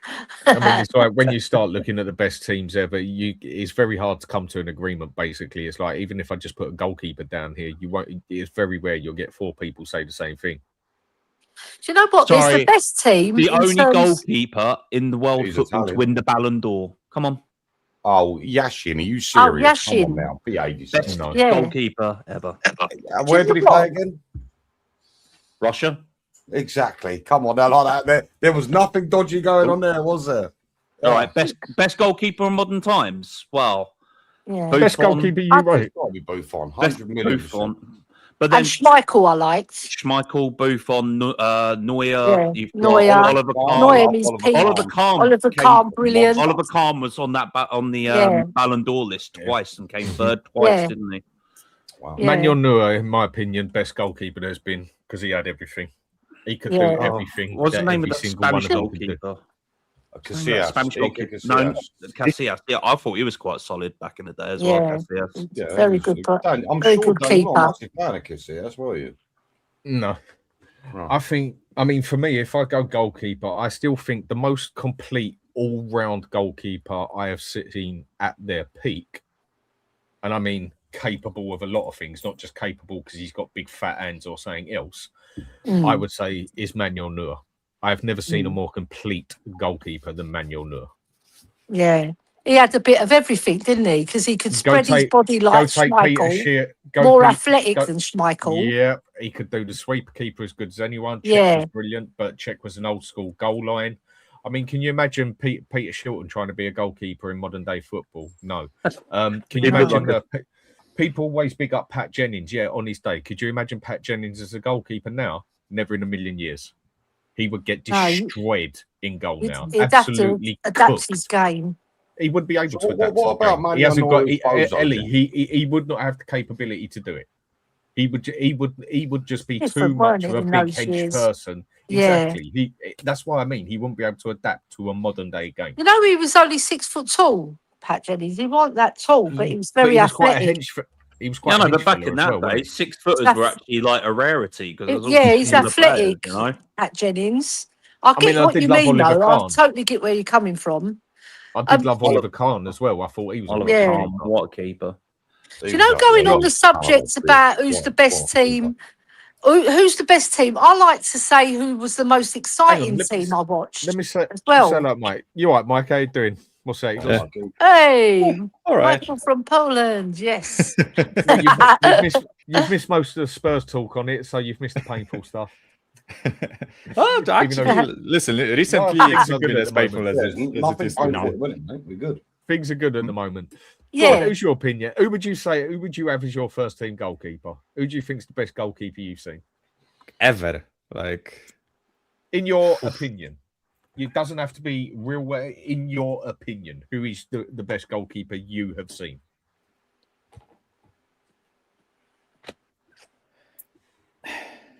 He's Italian. Fuck me. Yeah, I would probably say Buffon.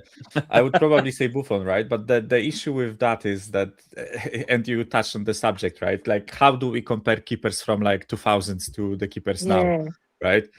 Like, if you want to play the football you are playing right now, that is like meta, which is like, you know, high lines, sweeper keeper, playing out of the back, then Buffon is not really your guy, even though he was a wicked keeper, right?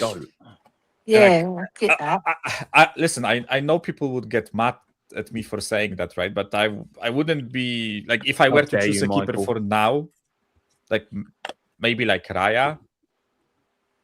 And I know it sounds mad, right? Because I know he's not like the greatest. No, that's not. I think you've missed it. Would you say Raya's world class, mate? Would you?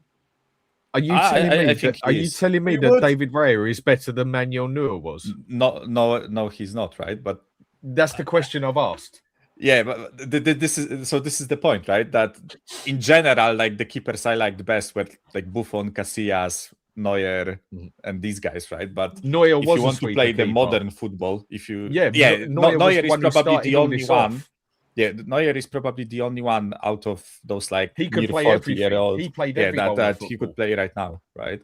But Buffon, Casillas, Van der Sar, Schmeichel, I think they would struggle right now. Not struggle. I'm not saying they would be shit keepers, right? But I think you would have to adapt your team to the way you want to play, right? So, like for example, I think if you put Vicario in 2000s, I think he would be a really good goalkeeper. But right now, he's just missing like the fundamentals of just, playing out of the back and all that stuff, right? It doesn't. Can I say something about modern keepers? Because it's a concept that does my head in. It actually makes me mad. So now we're going to base a keeper on their ability to rush out and play sweeper keeper and to be able to make a 5-10 yard pass on a regular basis. Like goalkeepers in the past couldn't do that. It's stupid. Yeah. It's stupid, but it's written. It annoys me as well. Back in the day, Peter Schmeichel was that. Peter Schmeichel was that back in the day. I feel, right, that if the goalkeepers of that era were taught like the goalkeepers of this era, because they didn't naturally become keepers good with their feet, did they? Yeah, Yes, they trained to become like that. They trained and practice. Then they got better, and the better keepers, the ones who stand out for their sweeper keeper and their passing, are the ones that excelled. Maybe they had a little bit more, like Kinski, for example. He's played outfield, yeah, so he knew how to pass already.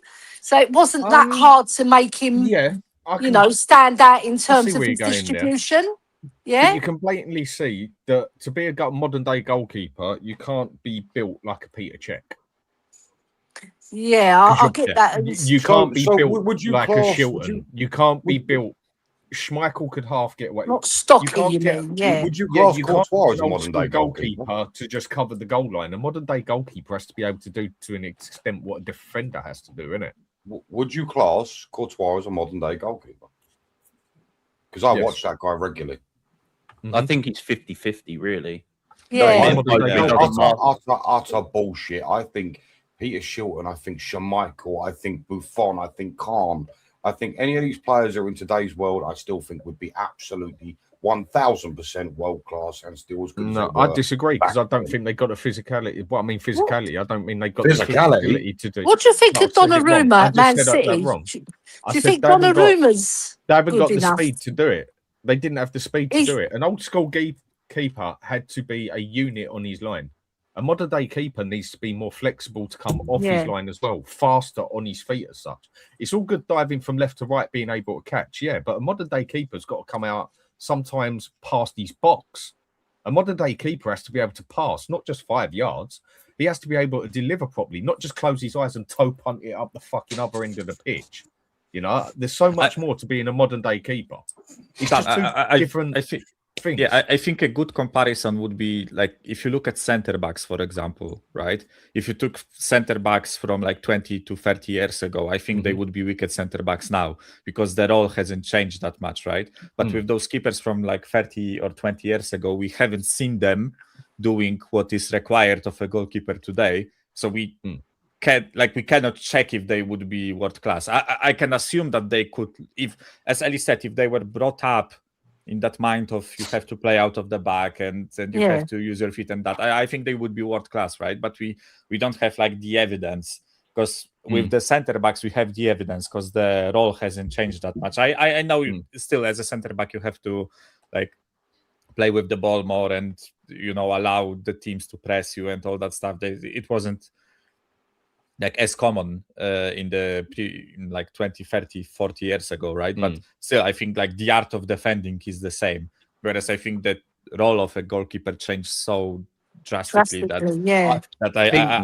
I bet they could, but we don't have the evidence, right? So no, that's why I'm saying the evidence. If I were to choose a goalkeeper for the Zerbi today for our team, I would probably choose one of the like modern day goalkeepers instead of the ones of the past because I think you need those additional skills and I have proved that they know how to do this, right? It just used to be a job to be a goalkeeper. You just had to be able to be flexible on your line and you had to stay in your line apart from a corner basically. You didn't have to run halfway up like out your box basically, did you? I mean, back then, how often do you like even 90s? How often did you ever see a keeper come out of his box? You hardly ever saw it. You only ever saw the eccentric ones, like the Colombian goalkeeper used to come out. Yeah, and then there was the back pass. I did say hardly, by the way. Then there's the back pass where they could pick up the ball and play with it for half hour and then kick it out. They could waste time so readily, the goalkeepers. They got rid of that. I was thinking recently, I actually wanted to ask this question on a panel, right? Which role in modern football do you think is the hardest? Goalkeeper. I'm saying that as a goalkeeper. Because I agree. That's a really good question. I was actually thinking about this, and I think I have a bit of an unorthodox answer, but I think it's fullback. Okay. I think when you play like wing back or fullback, I think this is one of the hardest roles out there because you have like the stamina is off the charts. You have to be both good defensively and offensively.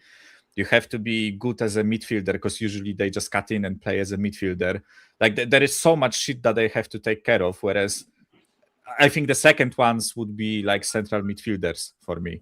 But I felt like I was thinking about this. I think striker and winger in modern football is easier than those other roles.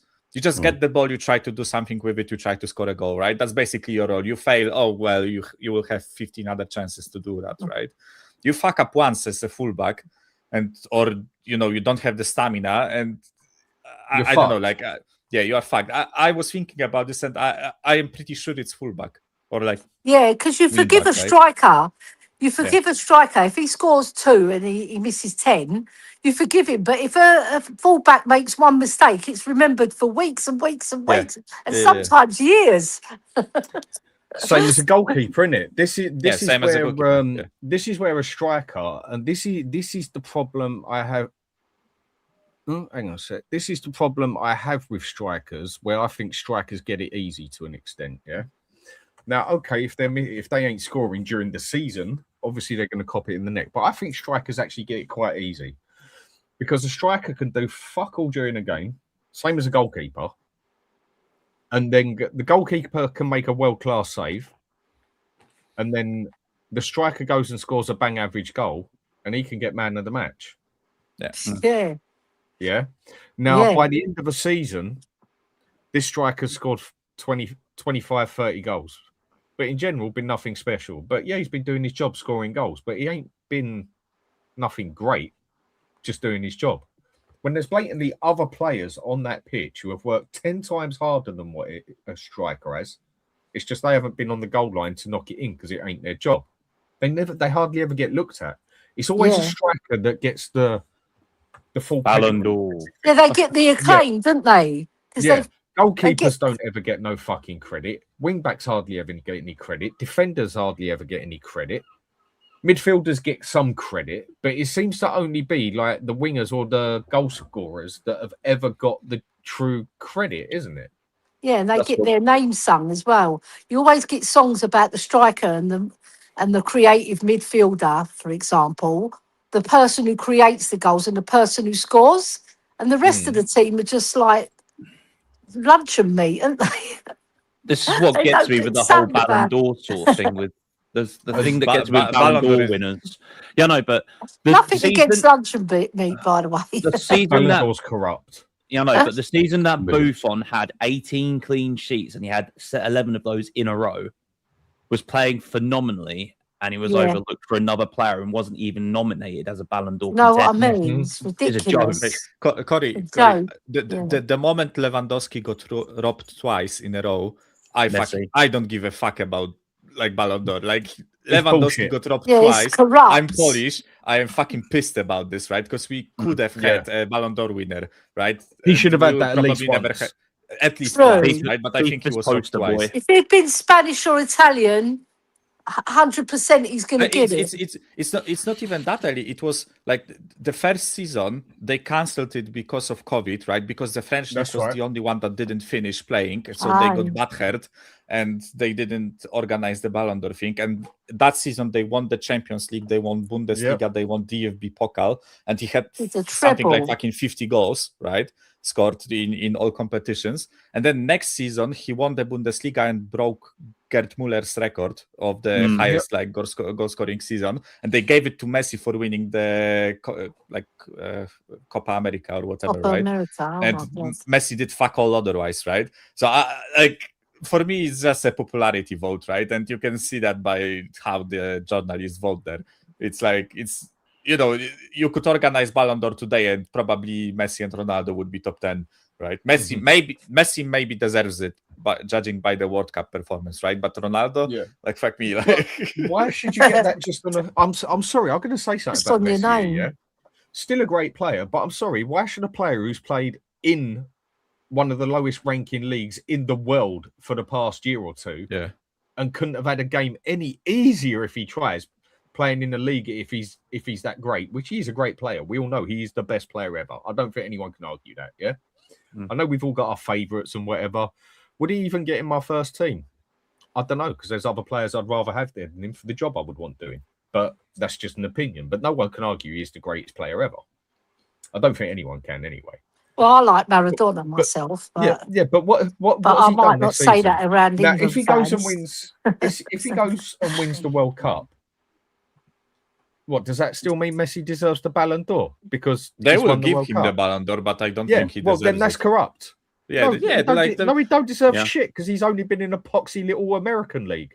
Yeah. I'm sorry, he has done nothing to earn a Ballon d'Or. Then if he wins a Ballon d'Or, then Romero should get a Ballon d'Or. Then every Argentinian player should get a Ballon d'Or. This is where it's corrupt. Now, I think Messi, one of the greatest players ever. But for winning a World Cup, fine, okay. But it's not meant to be just on winning the World Cup. It's meant to be on your entire season. And I'm sorry, he has played in a little minor league that is totally irrelevant to you're football. doing it on the entire And what- season. Now Right. go do it over If Barcelona. Kane wins the World Cup and he's won the Bundesliga as well, he should get it. Well, I think if Argentina go and win the World Cup, I still think Kane is much more entitled to that Ballon d'Or than fucking Messi, where he's been in his little pigs league for the past bloody 2 years and that, having it easy, just running around. Okay, he's done it will excellent show in it's the World fixed, Cup. Dan.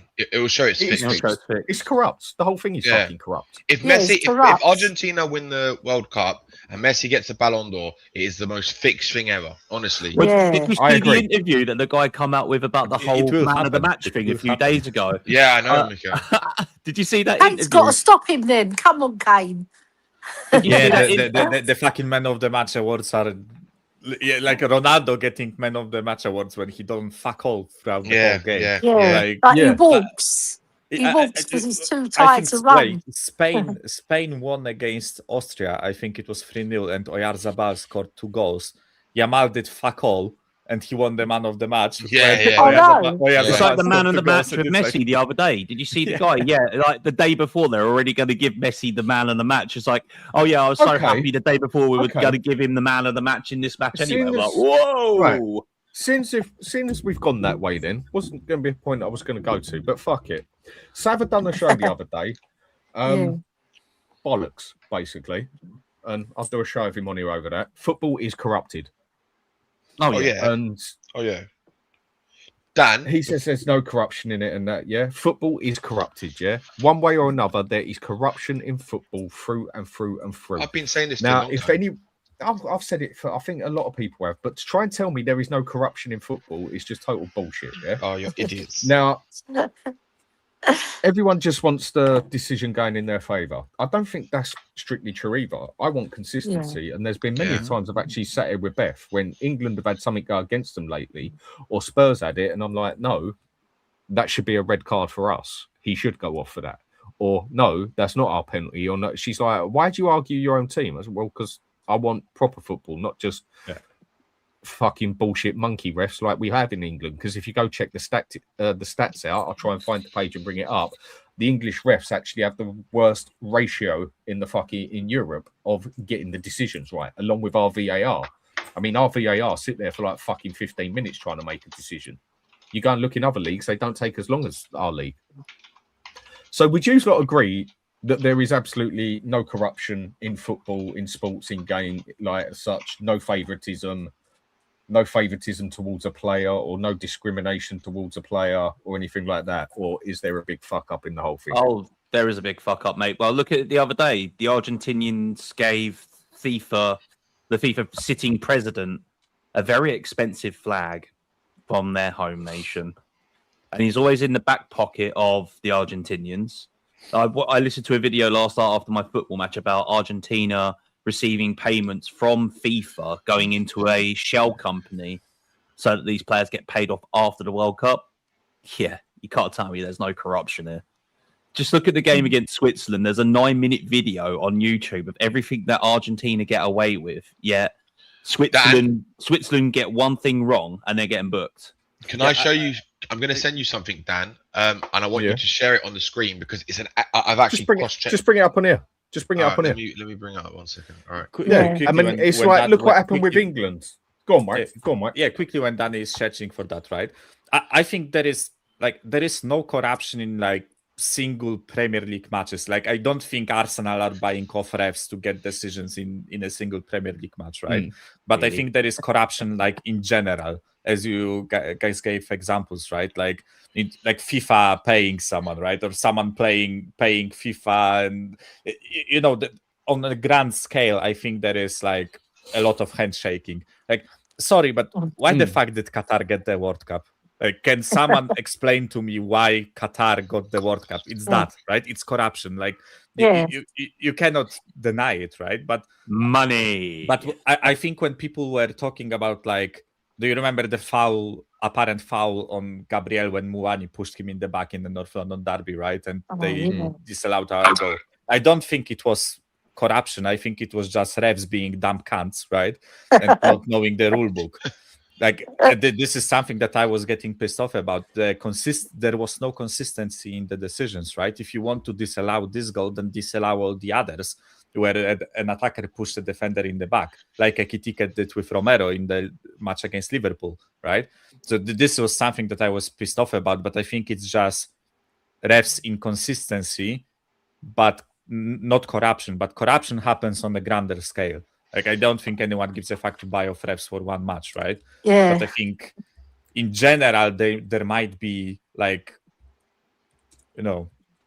I will give you a present. Like, listen, here is a little box, like a treasure from our country, right? And the treasure is fucking worth 10 million pounds, right? And you do the wink sign, and when the refs do something in the World Cup, just give us the decision, to me, right? Anyway, I mean, depends what you want to call corruption, yeah?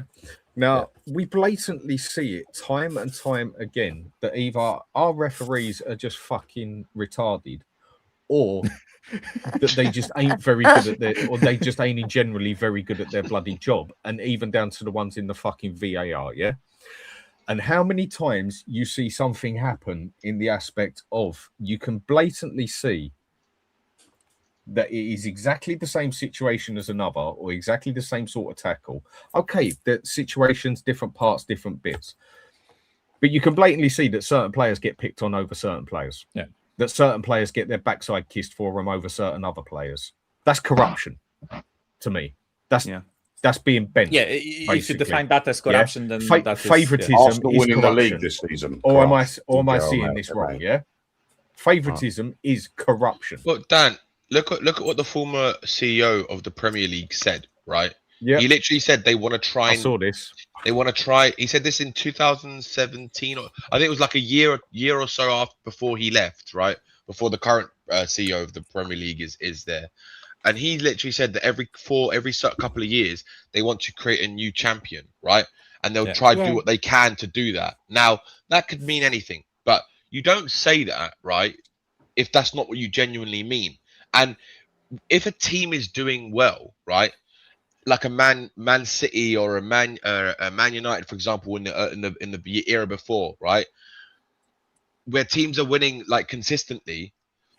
When a different team is winning it, unfortunately, in the modern day, it means you're going to get more viewers, because it means that the league is more exciting if you've got different winners all the time, right? Mm-hmm. So there might not be evidence of corruption in Premier League games, but I fucking believe that 100% there are things in these games that are slightly subtle, that might not look to everyone as obvious, but can help sway games. Now, I'm not saying they deliberately go out there and say, right, this team has to win a game. But what they will do is they will try and do little things, like where, to for bend example, it to the other team's favour. Well, not just that, Dan. It's to try and give the other team a better chance, right? So they might not necessarily do it in a way where it's like, it's obvious that one team has to win, another team doesn't. It's that they kind of do it in a way where it's very, very subtle, and it gives another team a slight more chance to get a result that's more in their favor, if that means so. That's corruption, sense, right? Yeah, of course. Yeah, it's corruption, right? It doesn't mean that essentially what they want is going to actually happen, but it means they're trying to sway it, to push it into a certain direction, right? Which is why, if you look at it, right, there's so many different like VAR decisions and the amount of controversy around VAR, right? Now, this, I've actually cross-checked it. This is actually a true statistic for this World Cup, right? VAR interventions per rate per 100, right? Group stage through to the round of 16. look how many against Argentina there are. 0. In favor of. Look how many decisions. Now, I'm sorry, but you cannot sit there and tell me that there is no corruption there when they've got 0 against. That is insane. But they've got the greatest player in the world, Messi. That's the only reason they win. Of course, Danny. I've also seen that. I've also seen a stat that how many fouls that a team needs to commit to get a yellow card, and I think for Argentina it was like 22, and for England it was 7. Or something like that. Like every 7 fouls, an English player gets a yellow card, and every 22 fouls, an Argentinian gets a yellow card. That's mad, right? And I think, I personally think that it also comes from the fact that there are, like in case of World Cup nations and in case of leagues, there are certain clubs that are generally not liked, right? Or there is biases towards certain clubs, right? Subconsciously, or players even, right? You can on each level. Like for example, the shit Virgil van Dijk gets away with in the league is atrocious, right? He's I can give you plenty of examples last season where he was elbowing people in the face and not getting like yellow cards for this, right? Imagine if Romero, Romero did that, right? He would get sent to Gulag in Russia, right? Like I'm not fucking kidding. Right? They would fucking deport him to Russia, right? For elbowing someone in the face.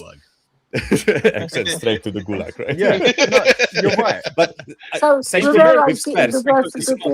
Sorry, Eli, quickly. Let Michael finish. Yeah. Same thing with Spurs, in my opinion. I think generally we are not liked as a team in England, right? And I can see the fact that there are situations where our players are getting penalized for things that are like Manchester United players wouldn't, or Liverpool players wouldn't, right? And I think same thing with World Cup, right? I think generally England are not liked, right? Like everyone wants England to lose. Let's the rest of the world. Why haven't we had the World Cup here for how many years? Yeah, you know these meme maps where today everyone is supporting like France and only England is supporting England, like this shit, this type of stuff, right? So I think generally England are not liked, which is what I think creates those like subconscious biases in refs' decisions or like governing bodies' decisions, right? And unfortunately, you can call it that depending on the definition, you can call it corruption, right? Because that's basically not judging the like football situation properly, right? Like in technicality, the refs should be unbiased, right? Completely unbiased, just no emotion, just purely of the rule book. But like we are all humans, the biases will be there, right? I mean, look what happened in Serie A when that got found out for corruption. I mean, bloody hell, did nothing crash out any harder than that? Yeah, that whole league went down with some of the biggest, and it's never recovered, really, ever since it got done for the corruption. So I think it. Well, look in the Premier League, man. Look at Man City. Look at Chelsea. Look at Chelsea. What their financial, the cheating and the way they do it. They cheat through their financial gains, right? So that's corruption in itself because they're bending the rules. And look, Man City are still waiting for a verdict on their 116 charges. It's been nearly 2 years and they still haven't got their verdict. And other people have said the most they've had to wait for a verdict is like 6 months. Yeah, exactly, right. So why is that? Why did Pep Guardiola leave Man City at that time? Why? Because in my opinion, there's an impending issue that's going to happen, and that's going to cause an issue with Man City. Whether or not that's going to be point deduction, whether or not that's going to be them getting their titles taken away, who knows? But I don't think that will happen. It will just be a little slap on the wrist. They might get a couple of years ban in the transfers. They might get a point deduction, but the thing is, it's already done. It's done. It's changed. History's changed. So. Look, there's 100% corruption in the game. 100%. Whether it's the Premier League. If you listen to the whole thing, what we're talking about, mate, is Spurs are just part of it. We're talking about in football as a whole, from the World Cup to football to Spurs to Chelsea to Man U to Juventus. Football as a whole. It's not just on referees. I mean, referees over here, I think are the most dog worth referees on the planet. And then you get people preaching about being a referee when all they've ever done is do a bit of pub league, for God's sake, and tell me how VAR works and everything else. And like, you've never even used VAR, so you can preach it just as much as anyone. But until you've actually done anything in that league, you just... Yeah. Some people just like to be a bit of an ITK with a lot of things, I suppose. Yeah, it's a lot of true. it is opinionated in a lot of ways, yeah. But there's no way you will ever make me believe that there is no sort of corruption in football. Are you telling me that Man U and Alex Ferguson did not get sucked off game after game Yeah, after game? 100%. Fergie time. Yeah, Good Fergie Lord. time. Well, Yeah. yeah. I mean, what, before the match.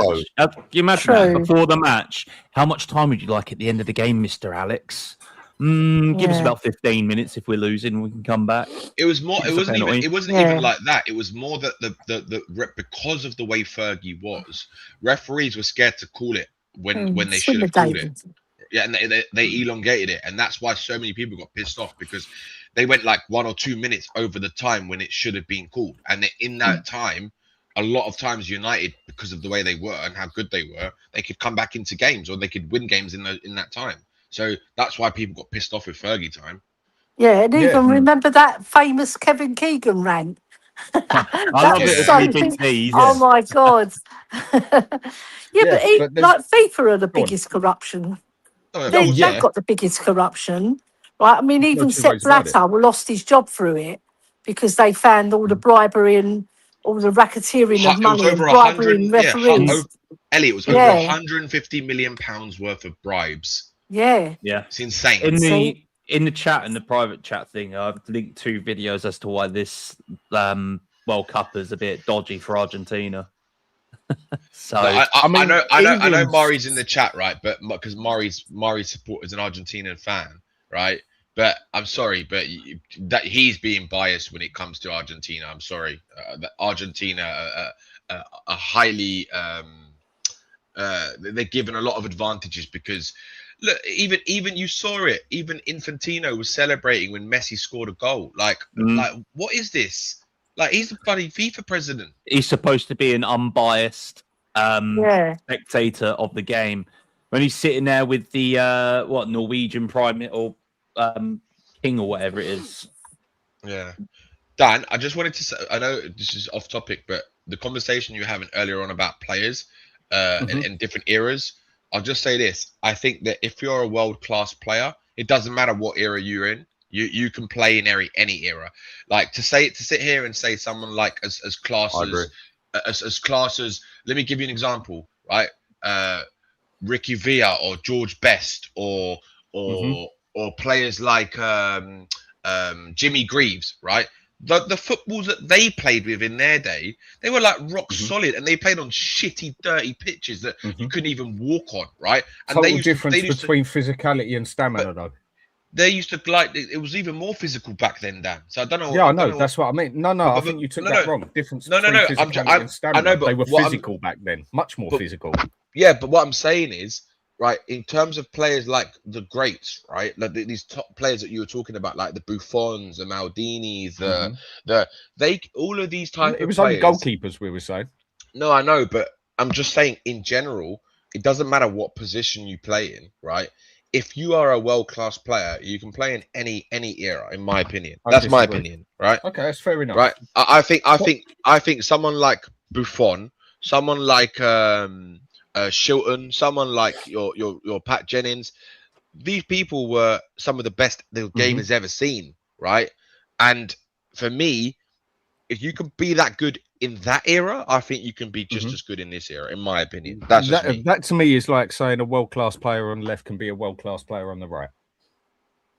No, that's not the same thing. But anyway, well, it basically is, because you're basically telling me that with a hang on, I'm just telling you how I've portrayed what you've said.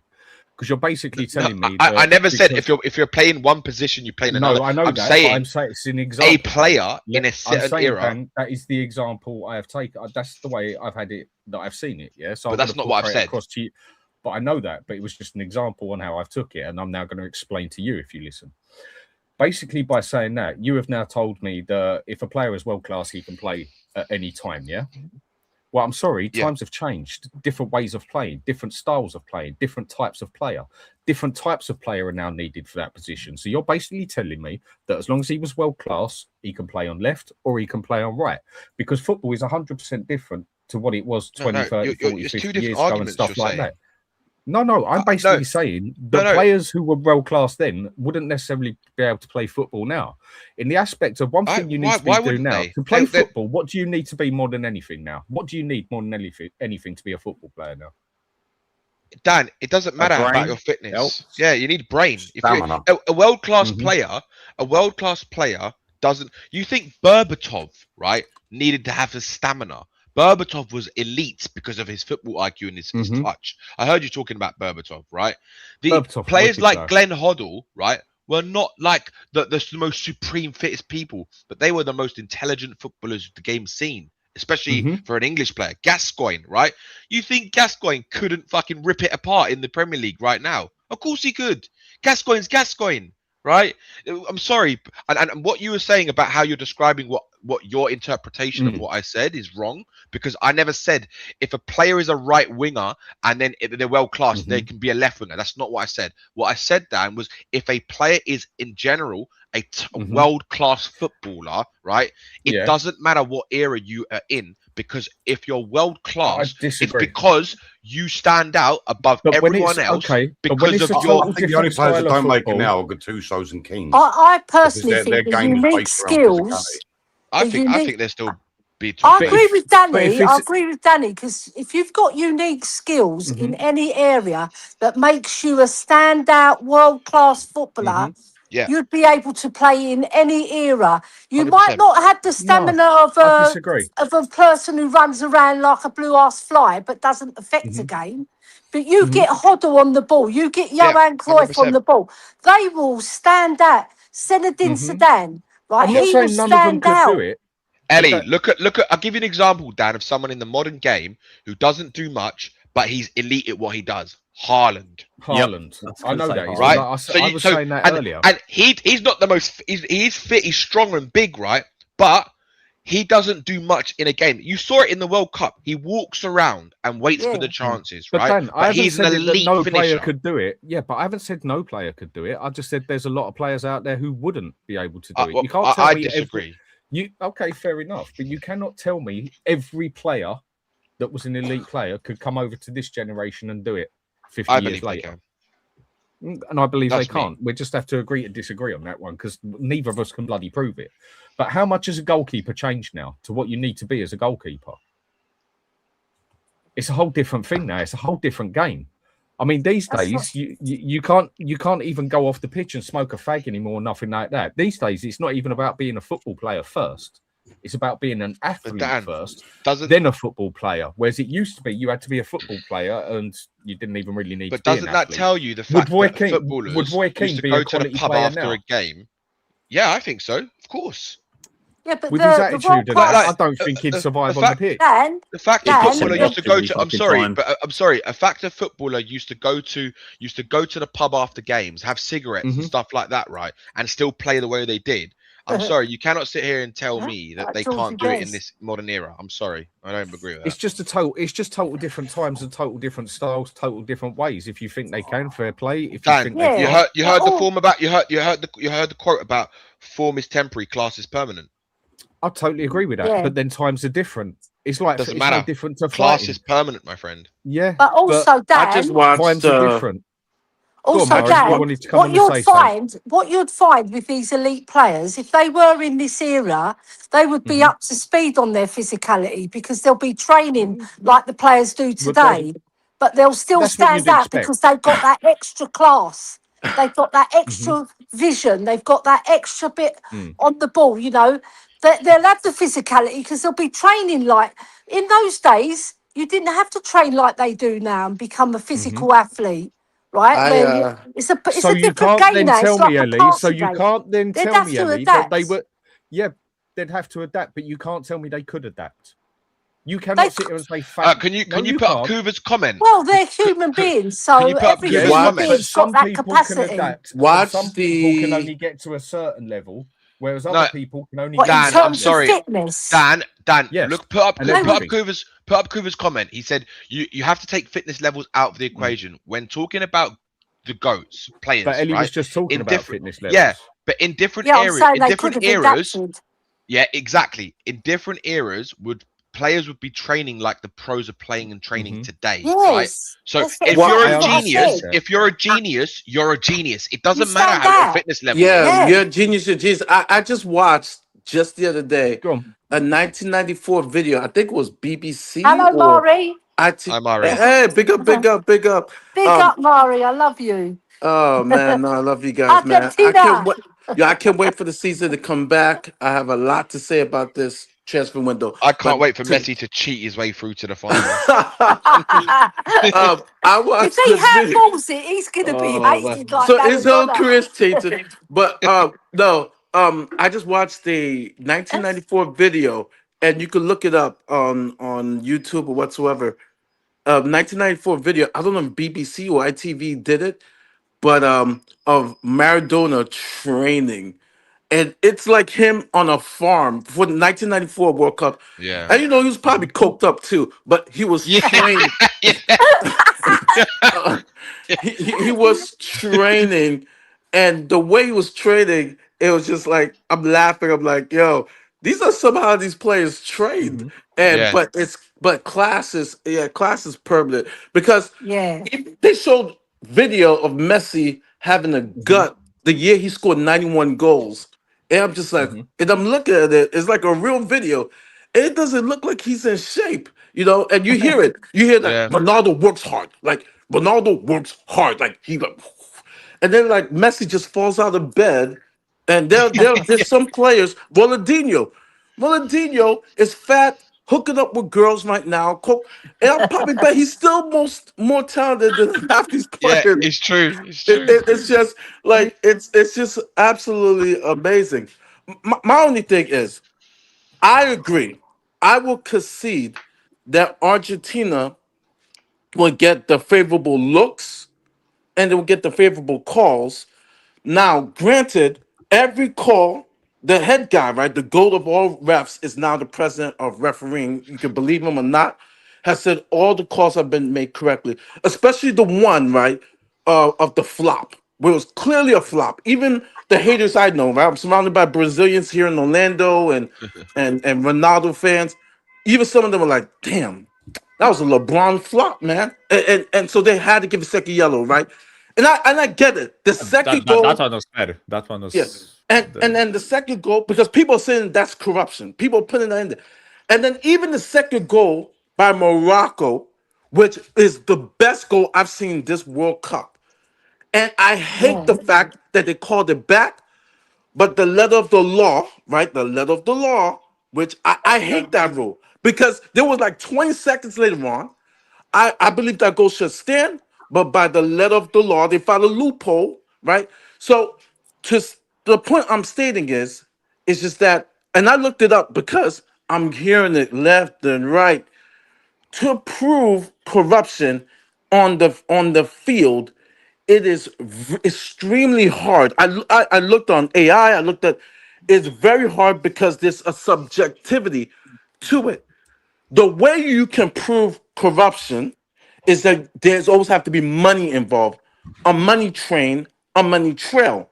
Yeah. Now, people are getting confused about the FA of Argentina, who Messi and some of the players don't like. He's corrupt. The FA of Argentina, that's a separate issue of the money laundering. Because people say, oh, here you go. That has nothing to do with the World Cup, FIFA, whatsoever. That's an Argentina problem. And that guy is part of mafia. That's my belief. That's a whole different issue. But in regards to proving that the refs are getting paid, then you have to have countries to buy into it because it's all hard to prove in court. It's great talk, it's great conversation. I'm of agreement that them and France, the handball, the wire touching Norway, right? Like all these things are favorable things. Like, nah, we're not looking at that. Because in the same Egypt game, McAllister gets pulled in the box, right? Pulled by the shirt. That could be also be a penalty. But I agree. I will concede with you, Danny K. They do get the favorable calls.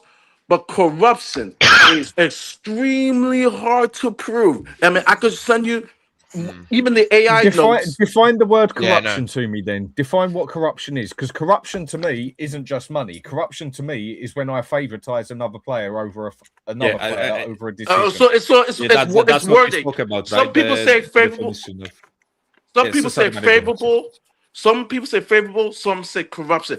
I view corruption as a higher degree. Like, this is corruption. Like kind of like what the United States did in 2017 and 2018, where they caught Sepp Blatter, where they have briberies they took for Qatar and other World Cups. It's not only Qatar.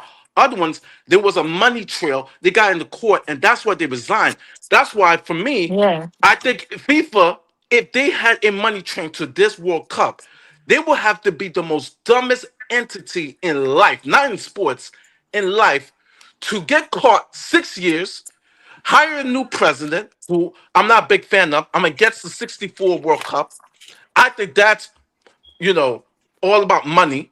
I think that would be pretty dumb to then say, we're going to get ourselves possibly in trouble again by paying off refs. But 6 years, 7 years later, it's almost like Enron getting caught and a new oil company says, you know what?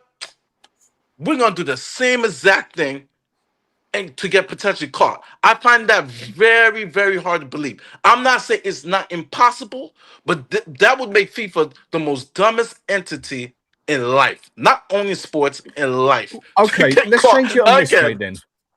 One thing they definitely fucked up on that went in England's favour is blatantly when they kicked that ball out, that hit that camera up there. Anyone who didn't realise that, you obviously didn't see it properly. When you saw that. Oh yeah, the ball easily changes. Stevie Wonder can see it. Yeah. But a lot of people didn't want to see it because it happened for England. Why wasn't that given in the favour again? Why wasn't that given in Norway's favour? Because it should have been.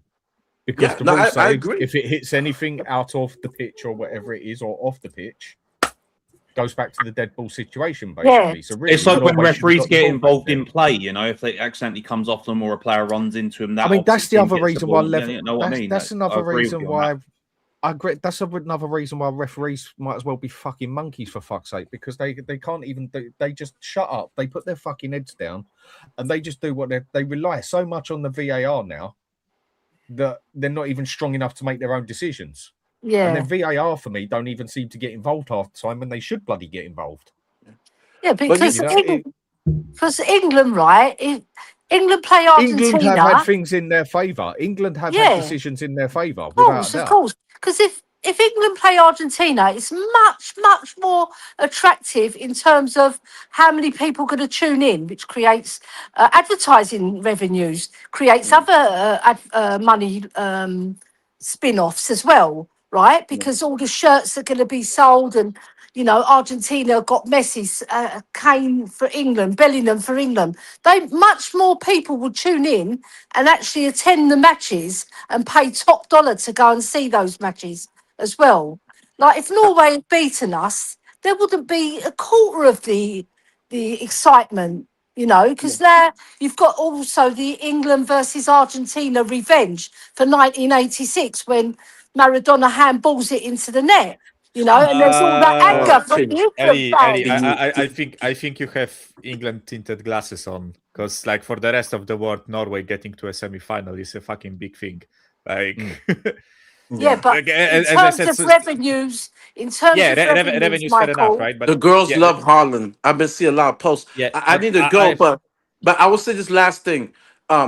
It's not been that's getting me. This has been a great World Cup, but what's been discouraging me, and I know Dan could agree. What's making me sick is all these woke people coming out. Me as a black man, I know the history of Argentina in 1920. Please separate history away from football. Get the fuck on with the football. Yeah. Get with the football. I mean, Vibes Cartels. You know what? Well said, fella. And the fucking sport and just play the fucking sport. Yeah, just play the sport, man. My dad raised me on Argentina football, not history. Football. All right, because if you want to talk about past sins, that would be every country in the World Cup, Portugal, United States. That would be everybody, and that's the Egypt. discouraging thing. All these woke warriors. I wake Yep. up every morning. I look on Instagram or Twitter. How can you be supporting this? How can you be supporting that? Everybody has committed sins. Maybe with the exception, maybe of Yeah. Cape Verde or Curacao or whatsoever. But every major country has committed their sins. I don't want no fucking history lesson. All right, it's about football. All right, I support I'll agree. football. All right, Yep. I don't. Yeah, You would have to separate eliminate them. clubs. You would have to say Tottenham and Arsenal was there when England was, global colonizing all the world or whatsoever. And Right. it I get becomes your point. ridiculous. Can I give my favorite example, Mari? Please give don't you look at please don't look at driving me Bayern sick. Munich's badge. Please don't look at Bayern Munich's badge from World War II. Guess Yeah, what I'm it saying. contained? I mean, you would have Spotty voted for cross. Bayern. No, exactly. You would have voted for Bayern Munich. What that is, Like- Mari, that's just like the same with everything. I don't want to get into this shit, but I just put a Yeah. quick point on there. It's the same with everything, Mari. Whether it's fucking football, whether it's sport as a whole, whether it's fucking computer games, whether it's fucking TV. The whole thing's gone so fucking woke, and it goes woke, and what happens? You go fucking broke. Look at Disney, look at Ubisoft, look at other companies. Everything that has gone Exactly. woke crashes because they are so desperate to get a political point across that they will get into anything they can to try it and portray it across. And in the end, it's them who goes broke. Don't worry about it, mate. Fuck them. Yeah. Love you guys. All right. We Nice need seeing you, Mari. forwards. Good to We see need you, man. forwards. We need forwards. Please bring in forwards. Yeah. Love you guys. I'm out. See you later, man. Take it Take easy, care. Mari. Good to see you. Yeah. Last thing I'll say on that is like, Dan, I'll agree to disagree with you. I just feel that certain players wouldn't be able to adapt to a certain style of football and vice versa. I don't Fair think enough. just because you was a star, I mean, because there's always different styles, there's always different ways to play this and that. Just because a player was that good and he could do it in his way, could he adapt his way to now, or could he even adapt to the footballer now? We just don't know. So we are just going to have to just agree to disagree on it as such. For me, I can totally see where you're coming from, and I can meet you halfway on it, but I just can't totally agree with it because you just because things change over years. Styles of things changed over years. Even like fighting or whatever else, everything changes. And just because one person can sing like that doesn't mean they can sing like that, even though they're a world-class singer or rapper or whatever else. Doesn't mean they can do it in the other way, even though they stand out in sports. Just because someone can run around, is the fastest runner on the world, doesn't mean they can come on a football pitch and do anything and adapt to that either. Or even if you're the best at the football, it doesn't necessarily mean you can go and play football in a total different manner, in a total different style, and actually be good at it. That's just how I see it. I'll tell you You one play thing we football probably the could. best. We You probably, are best at playing football. I'm not saying tell there you ain't one players thing. that couldn't do it, but I'm saying it's not as simple as some think. no, for sure. I'll tell you one thing that I think we can all agree on. I don't think modern day players would be able to survive the opposite way around. I don't think you'd be able to put The the likes physicality. of I don't think you'd be able to put the likes of Mbappe way back when. Just when you put had your Keys, Mbappe against Vieira's. Nesta and Maldini. He fucking breakers. didn't get anywhere. Yeah, 100%. I don't think you could do on the reverse. I agree with Danny. I do think Cafu. world-class players previously could. Oh my god, world-class players could previously come from back then to modern day. I'm a firm believer in that. But There are ones that could do it. I've never said no 100%, one could do it. I think should those roles be reversed and modern day players go way back when, I think they wouldn't stand a chance. Yeah, modern day players couldn't stand a chance in the old eras. No. It's a question for you all. Just because of the pictures back then as well. They're not Okay. like these. Okay, half- so bunch hang of on a sec. Hang on a pussies. sec. Hang on a sec. So you're now contradicting what you've just said. Yeah, what? Oh, you me? No. How's it Dan, you've now contradicting? just contradicted. Well, then I've got to understand it properly because you've just said modern day players couldn't go back to then because they wouldn't be able to hack it, the physicality, and Because the rules of the games have changed. Right, That's why. okay, right. But hang on. But I thought if you're a 'Cause world class player, footballers nowadays, yeah, prima donnas, right?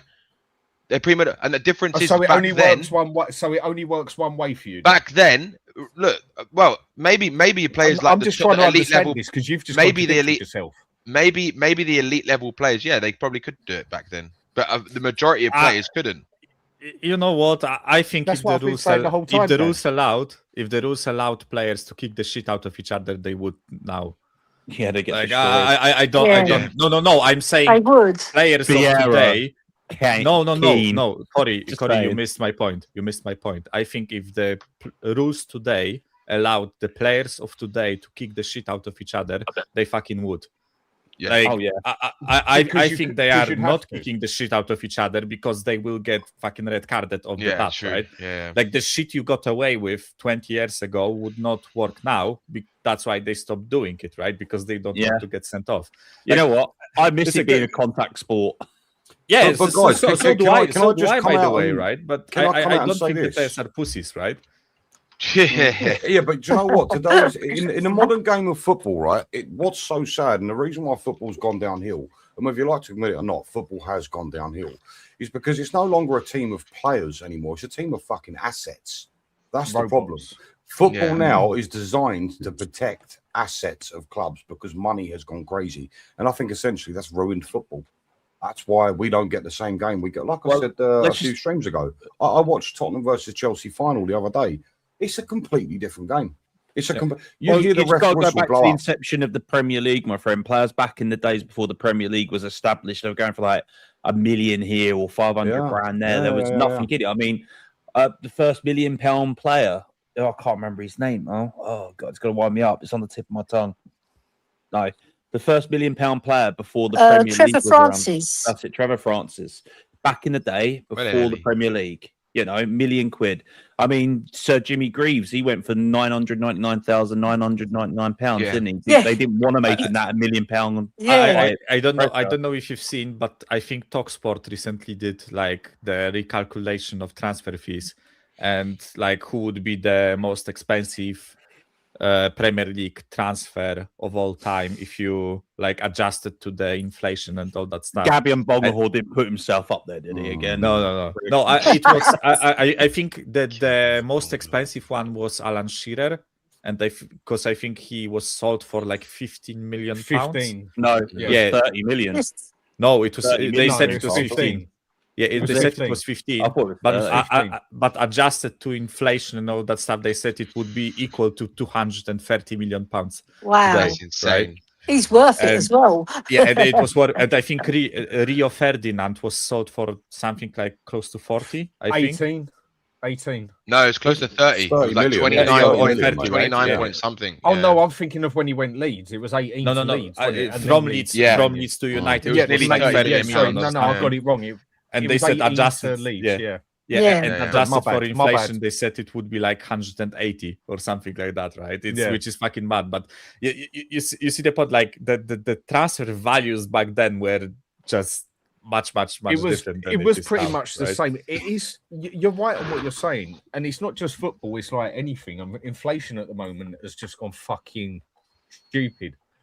The best example I can actually give here is anyone who actually plays computer games. Basically, when PlayStation 5 came out, it was 450 quid. Even though they were like gold dust, I bought 3 of them and sold 2 of them for a lot of money. But my point is, and that paid for what I had. But my point is, Fucking scalpers. Did they cut the plastic off the box beforehand? Mike, I've got the pro rating up there for when GTA 6 comes out, and no one can bloody get it, and they want one. Don't worry about You want that. to talk mate. about That's already inflation there. today? You want to talk about but look inflation today? hang on, right? Corey. Hang on. The point I'm getting to here, calm down, fella. Yeah, pipe down. Yeah, pipe down, Corey. Pipe down for us. The point I'm getting to here is the fact of the PlayStation and the Xbox. Xbox is even worse for it. It came out 5 years ago now, and it was 450 quid. The same Xbox with less fucking memory on it and everything else is now around about 700 quid. Oh my God. How does that work out? It's skanking. It's corruption. And I'm just talking about inflation here. This is a really good one for inflation. Back in the day, the Titanic cost $3 million to build. In today's market, it would cost $1 billion. Wow. It's like Just plonk it on the Spurs ground. Look at the Spurs. Look at the Spurs Cost $1 stadium. billion. I got one better than that. 80 quid gets you 2 bags of shopping. There you go. Oh yeah, well, Yeah. I spent fucking- 150 quid the other day on shopping. I've God, got these days, 63 mate, items. fucking, Don't. and you can't The even cost go of- out with that down the the- pub. These days, 80 quid don't even get you a pint and a packet, for fuck's sake. So where's Yeah, that? Get you? they're You hitting, know what? they're hitting us Not- working classes, aren't they? Hard. 100%. So when I was a lad, £100 would get you a shopping trolley absolutely overfilled. Oh yeah, It's back when Theo was me and the first born, missus- man. That's crazy. exactly what a capitalist nation and society is. Yeah, they're Back ripping when us Fi- off. Back when Living the Theo fucking was born, the communism. cost of baby milk, Exactly, £40 exactly. milk. Bloody, what's her name? Angela, as someone Rip- who lived in a post-communist country, no, Yeah. guys, you don't Yeah. want that. Sorry. Yeah, it's true. Well, It's true. You look at the Marcus cost is of right. baby milk. When Theo It's was first true. born, I could get 5 boxes of that for 20 quid. They're now Just get about baby milk from your 13 tit. pound. Yeah, I know, but I they're now know. about £13 a box now, Dan. It's just fucking insane. They used to do that program called Rip Off Britain. I think Angela Rippon was on it. It's really a rip off, especially cigarette prices. How far they've gone up. Oh, that's good. Stop Flipping smoking, hell. guys. Yeah, You still stop smoke, smoking. I don't smoke. No, Ellie, It's like stop the cost of a smoking. pack of cigarettes. It's like 20 I quid now, don't isn't it? take drugs and I don't smoke. I drink a little bit, but not a lot. She injects Spurs into her About 3 veins. Mhm. That's No, right. you know what? Hang on, with something I'm Lee's high just said on there, life. he's right. Maybe I used the wrong thing to describe that. You're right there. That's not necessarily inflation. That's just where silicon. they're Yeah, corrupting. get it right, the, Dan. G- Fucking hell, yeah, mate. my Yeah. bad. It's where they've got the corruption on the GPUs and everything, and Samsung and everyone are now getting Also, sued for it, cobalt. for making it so expensive and whatever, because it's made for overcharging on it, and why Sony and everything else are now getting actually done by the government in court. You're right. And there, it's that not, one it's went not just inflation. that as Bad, well. I mean, bad like, example. Cobalt is on pretty much the main metal used in everything in PCs, Xboxes, PlayStations, even your phone. Cobalt is dug up in Africa mostly, and the prices on that just it's ridiculous. Cobalt. I've looked into all just this. one other thing, just quick, fella. We were just talking about football and other things. If you don't like it, mate, then just go fuck off. It's no love lost to me. Get on with it. Sorry.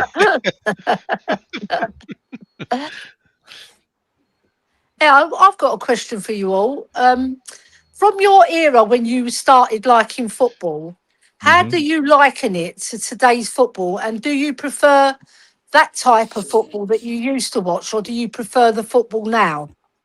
I prefer it back in the day. Easy Yeah, version, back yeah. in the day. When I can sit there and watch Ronaldinho do what he did on the pitch, when I can sit there and watch Nesta and Maldini dominating defence, Buffon in Lilian goal, Thuram. Schmeichel, Thuram, Yeah.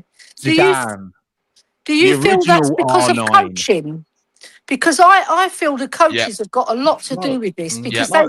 100%. It's how Like, times I've have watched a changed. player Nothing to called do. It's Eze. nothing to do with coaching. It's It's protecting times have assets. changed. It That's is. the difference. It's Yeah, but the times thing have is, where changed. do they Protecting play this assets. passing, boring game? Because No, they don't it- play And like it's that anymore. generic. It's just Ellie is spot on. It's all to do with coaching because Yeah. the way that kids are coached, right? If you speak to people who've got kids in academies today, right? The parents of those kids, they see exactly how the players are coached nowadays, right? And the players are coached now in this era. to do what? And To a do lot what? of it is To changed play a style of football. No, that yeah, they no, want them Dan. to play.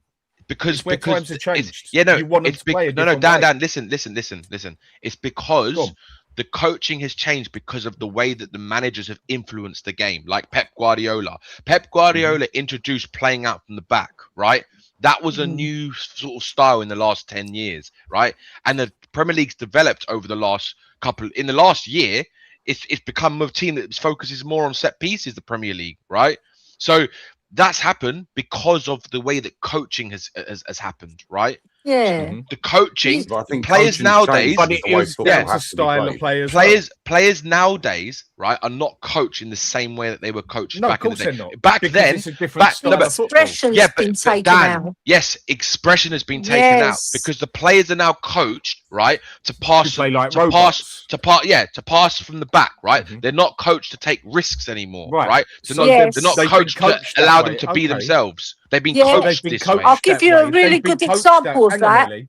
So they've Yeah, been go on. coached that way because football has changed. So you get coached to What the way Kuba you said. want that. So you want that player to play. So yeah, you can say it's down to the coaching, but also you can say it's changed to just the way times have changed, because you get coached on how they want you to play, and times have just changed. Football has just because changed of the coaching. Yeah, because it doesn't change it's just not because just time the goes coaching. on. Yes, It doesn't change. No, it doesn't, mate. Does. It changes because coaches change, mate. Right? Would you say the style in the Premier League changes roughly every 4 or 5 years? Sort of goes round on itself on a circle. It changes because of the ideas of the coach. That's why football changes. It's not only the coaches, in my opinion. It's not the coach. No, not only the coach. It's the players themselves. If I could also like add my few cents to this, right? Because like no, Michael, you're not allowed. Sorry. Yeah, sorry, guys. I'll shut the fuck up now. after you are go, Mike. Get back in your box. No, but in all seriousness, like I've said go up, Dan. Don't avoid it, Dan. Go back up. Don't avoid it. I saw you avoid that one. Sorry, you are right. I apologise. Bless you, Dan, for trying to avoid it. Holy shit! I've picked on. It's maybe like I've said like a couple of times that I am a data analyst from trade, right? Like I majored in data analytics, right? And I kid you not, because I've delved into like the sport science and the sport data analytics and all that stuff. I think like a huge part of it is the fact that when you try to like analyze the data that matches give you, right? It's easy to deduct a way in which you can more efficiently win football matches, and you can do this in a way that is more like secure. You take less risks. You take, you basically play in a way where you control what's on the pitch, right? That's why I think individualism is being coached out of players. Yes, because correct. individualism. Hold on, let Michael finish. Individualism is like a high variance thing. So it either works and it's like brilliant, but 80% of the time it won't work. They will take the ball off your winger who tried to dribble past 3 players and have a free reign on one of your sides, and it creates a dangerous situation in the opposite direction, right? So basically, I think what they did was analyze like the styles of play and the way you can approach games, and decided that playing like the more ball you have and the more secure you are with it, the less opportunities you give to the opposition to score goals against you, right? That's why I think the football became you basically push the other team into their box, you play around them and try to find the avenue to pass, right? Instead of just giving the ball to the winger and trying to dribble past them, right? Because then you have a high turnover of the ball. And I think that's what Pep Guardiola partially did with the whole like possession tiki-taka style. So the of style play, has changed. Right? Yeah, the style has changed. So you have to coach him a different way, right? Because the style has changed. Yeah, so it's but just the style has also changed because someone at a certain point told Pep Guardiola told someone, listen, we need to change the way we play, right? Because it's not efficient to win the way we played before, right? Or he didn't have the talent he had at Barcelona, right? So it kind of started with Pep Guardiola, let's say, right? So you can say it's because of the coach, but right now it's because of the like analytics and all that stuff, right? Teams have realized that the most efficient way to play football is like possession style, boring, like to basically to get results, basically. To get results, right? Because results are money. Results are what get you. It's too money orientated, isn't it? Yeah, exactly, right. So I think it's not only coaches, it's also the analytics, in my opinion, right? Do you think then, because of the way that analytics are nowadays, where they're looking at the data and they're saying that we could be more efficient in our game to maximize the outcome of a match and potentially a result of a game by playing a certain way, so that because of the data they are coaching the players a different way? Is that not exactly right? That they are coaching them to be adaptable to it all just rolls off of each other, right? It's like watching. It's like anything. The way I relate football is to music and fashion. It all goes round in a circle over the years and then comes back on itself. You look at clothes that are out there in fashion now. Fuck me, I wouldn't wear half of them to be shot in the head with, and that, because I think. Dan, you told me you wear the dresses. No, mate, no. And it's fun. It's these ones I wear. When I'm in my padded cell. when my wife gets the handcuffs on me. They're the best ones. And do you know what? Just to top it, It's Benji's favourite as well. They're platinum handcuffs as well. No, but the thing is, it's like I ain't walking about. I don't even like jeans anymore. I just usually stick with a tracksuit now. It's easy. I ain't walking about a fucking pair of flares or something like that. Oh, fuck right off. I ain't walking about with a pair of those. What are those? I thought you wear leggings, Dan, like tight leggings. What are those big Russian plastic things that some people like to walk about in? Plastic. Like tracksuits? I don't know if it's. I can't remember the fucking name of it. I think they look PVC absolutely leather PVC hot pants, Dan, maybe? Beth? Don't say that. He's going to put them on. He's going to put them on. Beth, get them out. I just had the police officer knock at my door because somebody cloned my husband's number plates and it's been involved in a burglary. Yeah. What? There's your answer. There's your answers. Wait, Crocs. Dan, did you just hear what Ellie just said? Oh, Crocs. Crocs are amazing. Mate, fuck off, man. You would not see me dead in them things. I think they look absolutely shocking. Same. I'll agree with Danny on this. They're fucking awful. They look fucking shocking. You haven't tried Crocs if you say I would not like when see you get them. them. Sandals. Just go get You some know what fucking another sandals thing is? then. No, You know mate. what? They are the only most ones- comfortable things. They are I so don't like when comfortable. fellas show their pants when they're wearing their trousers. So pull your bloody trousers up. I said that to one guy. I said to him, pull your bloody trousers. I don't want to see your stupid pants. That's a signal in jail saying that I'm ready. The other with their ones, trousers down the past other their ones arse. as well. Like the other trainers that I think are fucking atrocious as well. What was it? Converse? I think they just look. Oh, Converse, like, they're horrible. Converse have gone downhill. Yeah, but my whole point of everything is it goes round in a circle, and it's the same as music. Give it a bit more time. I mean, look at the music that's coming in now. All the main music in the background now. If you actually listen to not just the bloody radio, it's all fucking techno. It's all fucking trance and all that techno. Yeah, that's what's all coming back into music and that. It's not That's all what's techno, coming back it's in. electronic No, music. yeah, electronic techno. If you actually check it out, cyberpunk music, whatever you want to call it. That's what they're doing. Yeah, I the like big trance nightclubs music. and I call in it the shit raves now. music. Yeah, either way, but that's what they're doing. But then techno was out fucking how many years ago? It's just a slightly different version of it, but it comes back on itself, yeah.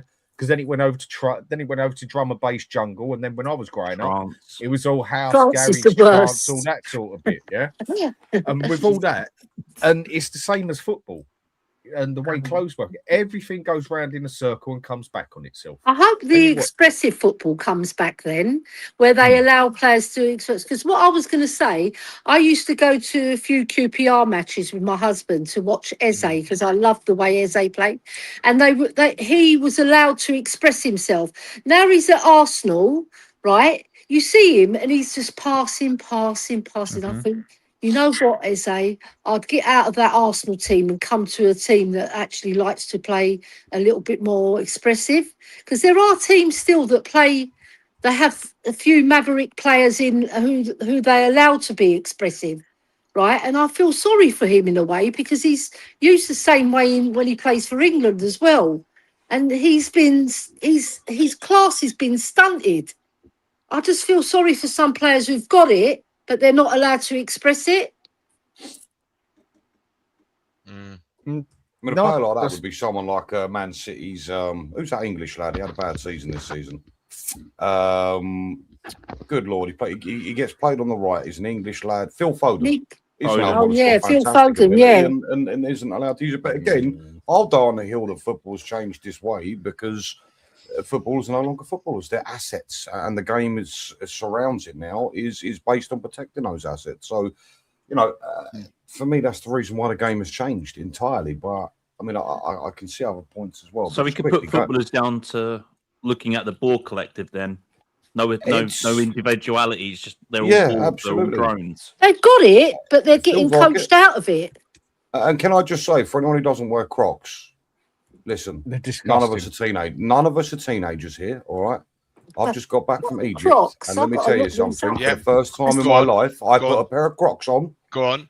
And that song came on. Some people wait a lifetime for a moment like this. I will not deny the 100%. of a 100%. Oh, I see what they are. I'm sorry. It's untenable. Yeah, that Benji is absolutely spot on. I used to think that they were ugly. Yes, my brother-in-law and a few people I know wear them, and I'm like, well, why? No And they say, chance, just man. see how comfortable they are. And I actually bought some literally 2 weeks ago, and they are the most fucking comfortable things ever. DK, I'm a fat They're like old long man. I shorts, don't aren't give a they? shit what people think about Neither me. do, putting mate. Those pillows Mate, they are on my feet. to walk outside with them. It's like walking on slippers, but with like air to your feet. It's fucking amazing. If you want Yeah, air to your feet and see- walk your slippers, just go get a decent pair of sandals. Job done. My No, estate sandals agent. are they can't compare. These things are like Yes, they walking on can. clouds. No, they can't. you got No, to they get the can't. proper No, they stuff. can't. Yes, they No, they can. can't. No, they can't. You don't get more comfortable than a nice pair of Lacoste until you've sliders. worn Crocs, you cannot tell me you can see how good they are. I'm sorry, you can't. Bet you Look, any to money be my fair though, leg- DK, I am kind of with Danny as well because I don't actually own a pair of Crocs. I was wearing my brother's ones, but admittedly, You raided your brother's wardrobe. No, I tell you what I walked around in, and this is true. I've got a pair of. He wears his brother's boxer shorts now. Oh my My estate agent was wearing a pair the other day when he came. I usually rock a pair of. I've got some Ralph Lauren sliders, and ever since I started wearing sliders, I mean, I genuinely say I think 90% of the time I am in sliders. 90% of the time, they're just so comfortable. Crocs are not better than a nice pair of Lacoste fucking sliders, mate. Never in a billion years. Yeah, they are. Even nice and cushioned up here and everything else and that. Crocs are just. This is the fucking softest thing Have you you can wear agreed on to your shoes. disagree and let's get back to football? And now on the fashion channel, let's talk fashion. Yeah, they're so comfortable, so comfortable. Crocs are fucking. But to be fair, I've got a pair of £165 Nike Shocks out there. I don't even wear them because sliders are so comfortable, so comfortable. So. Yeah, anyone. Okay, big shot. Don't need to fucking. Yeah, I've heard the Scottish kilt can be a bit airy. Is that Ben trying to stand there? Benji, pipe down, you prick. That's not what I'm trying to say. Benji, pipe down, you prick. I think the Scottish men are the best. They wear the skirt, don't they? The kilt. It's a bit airy.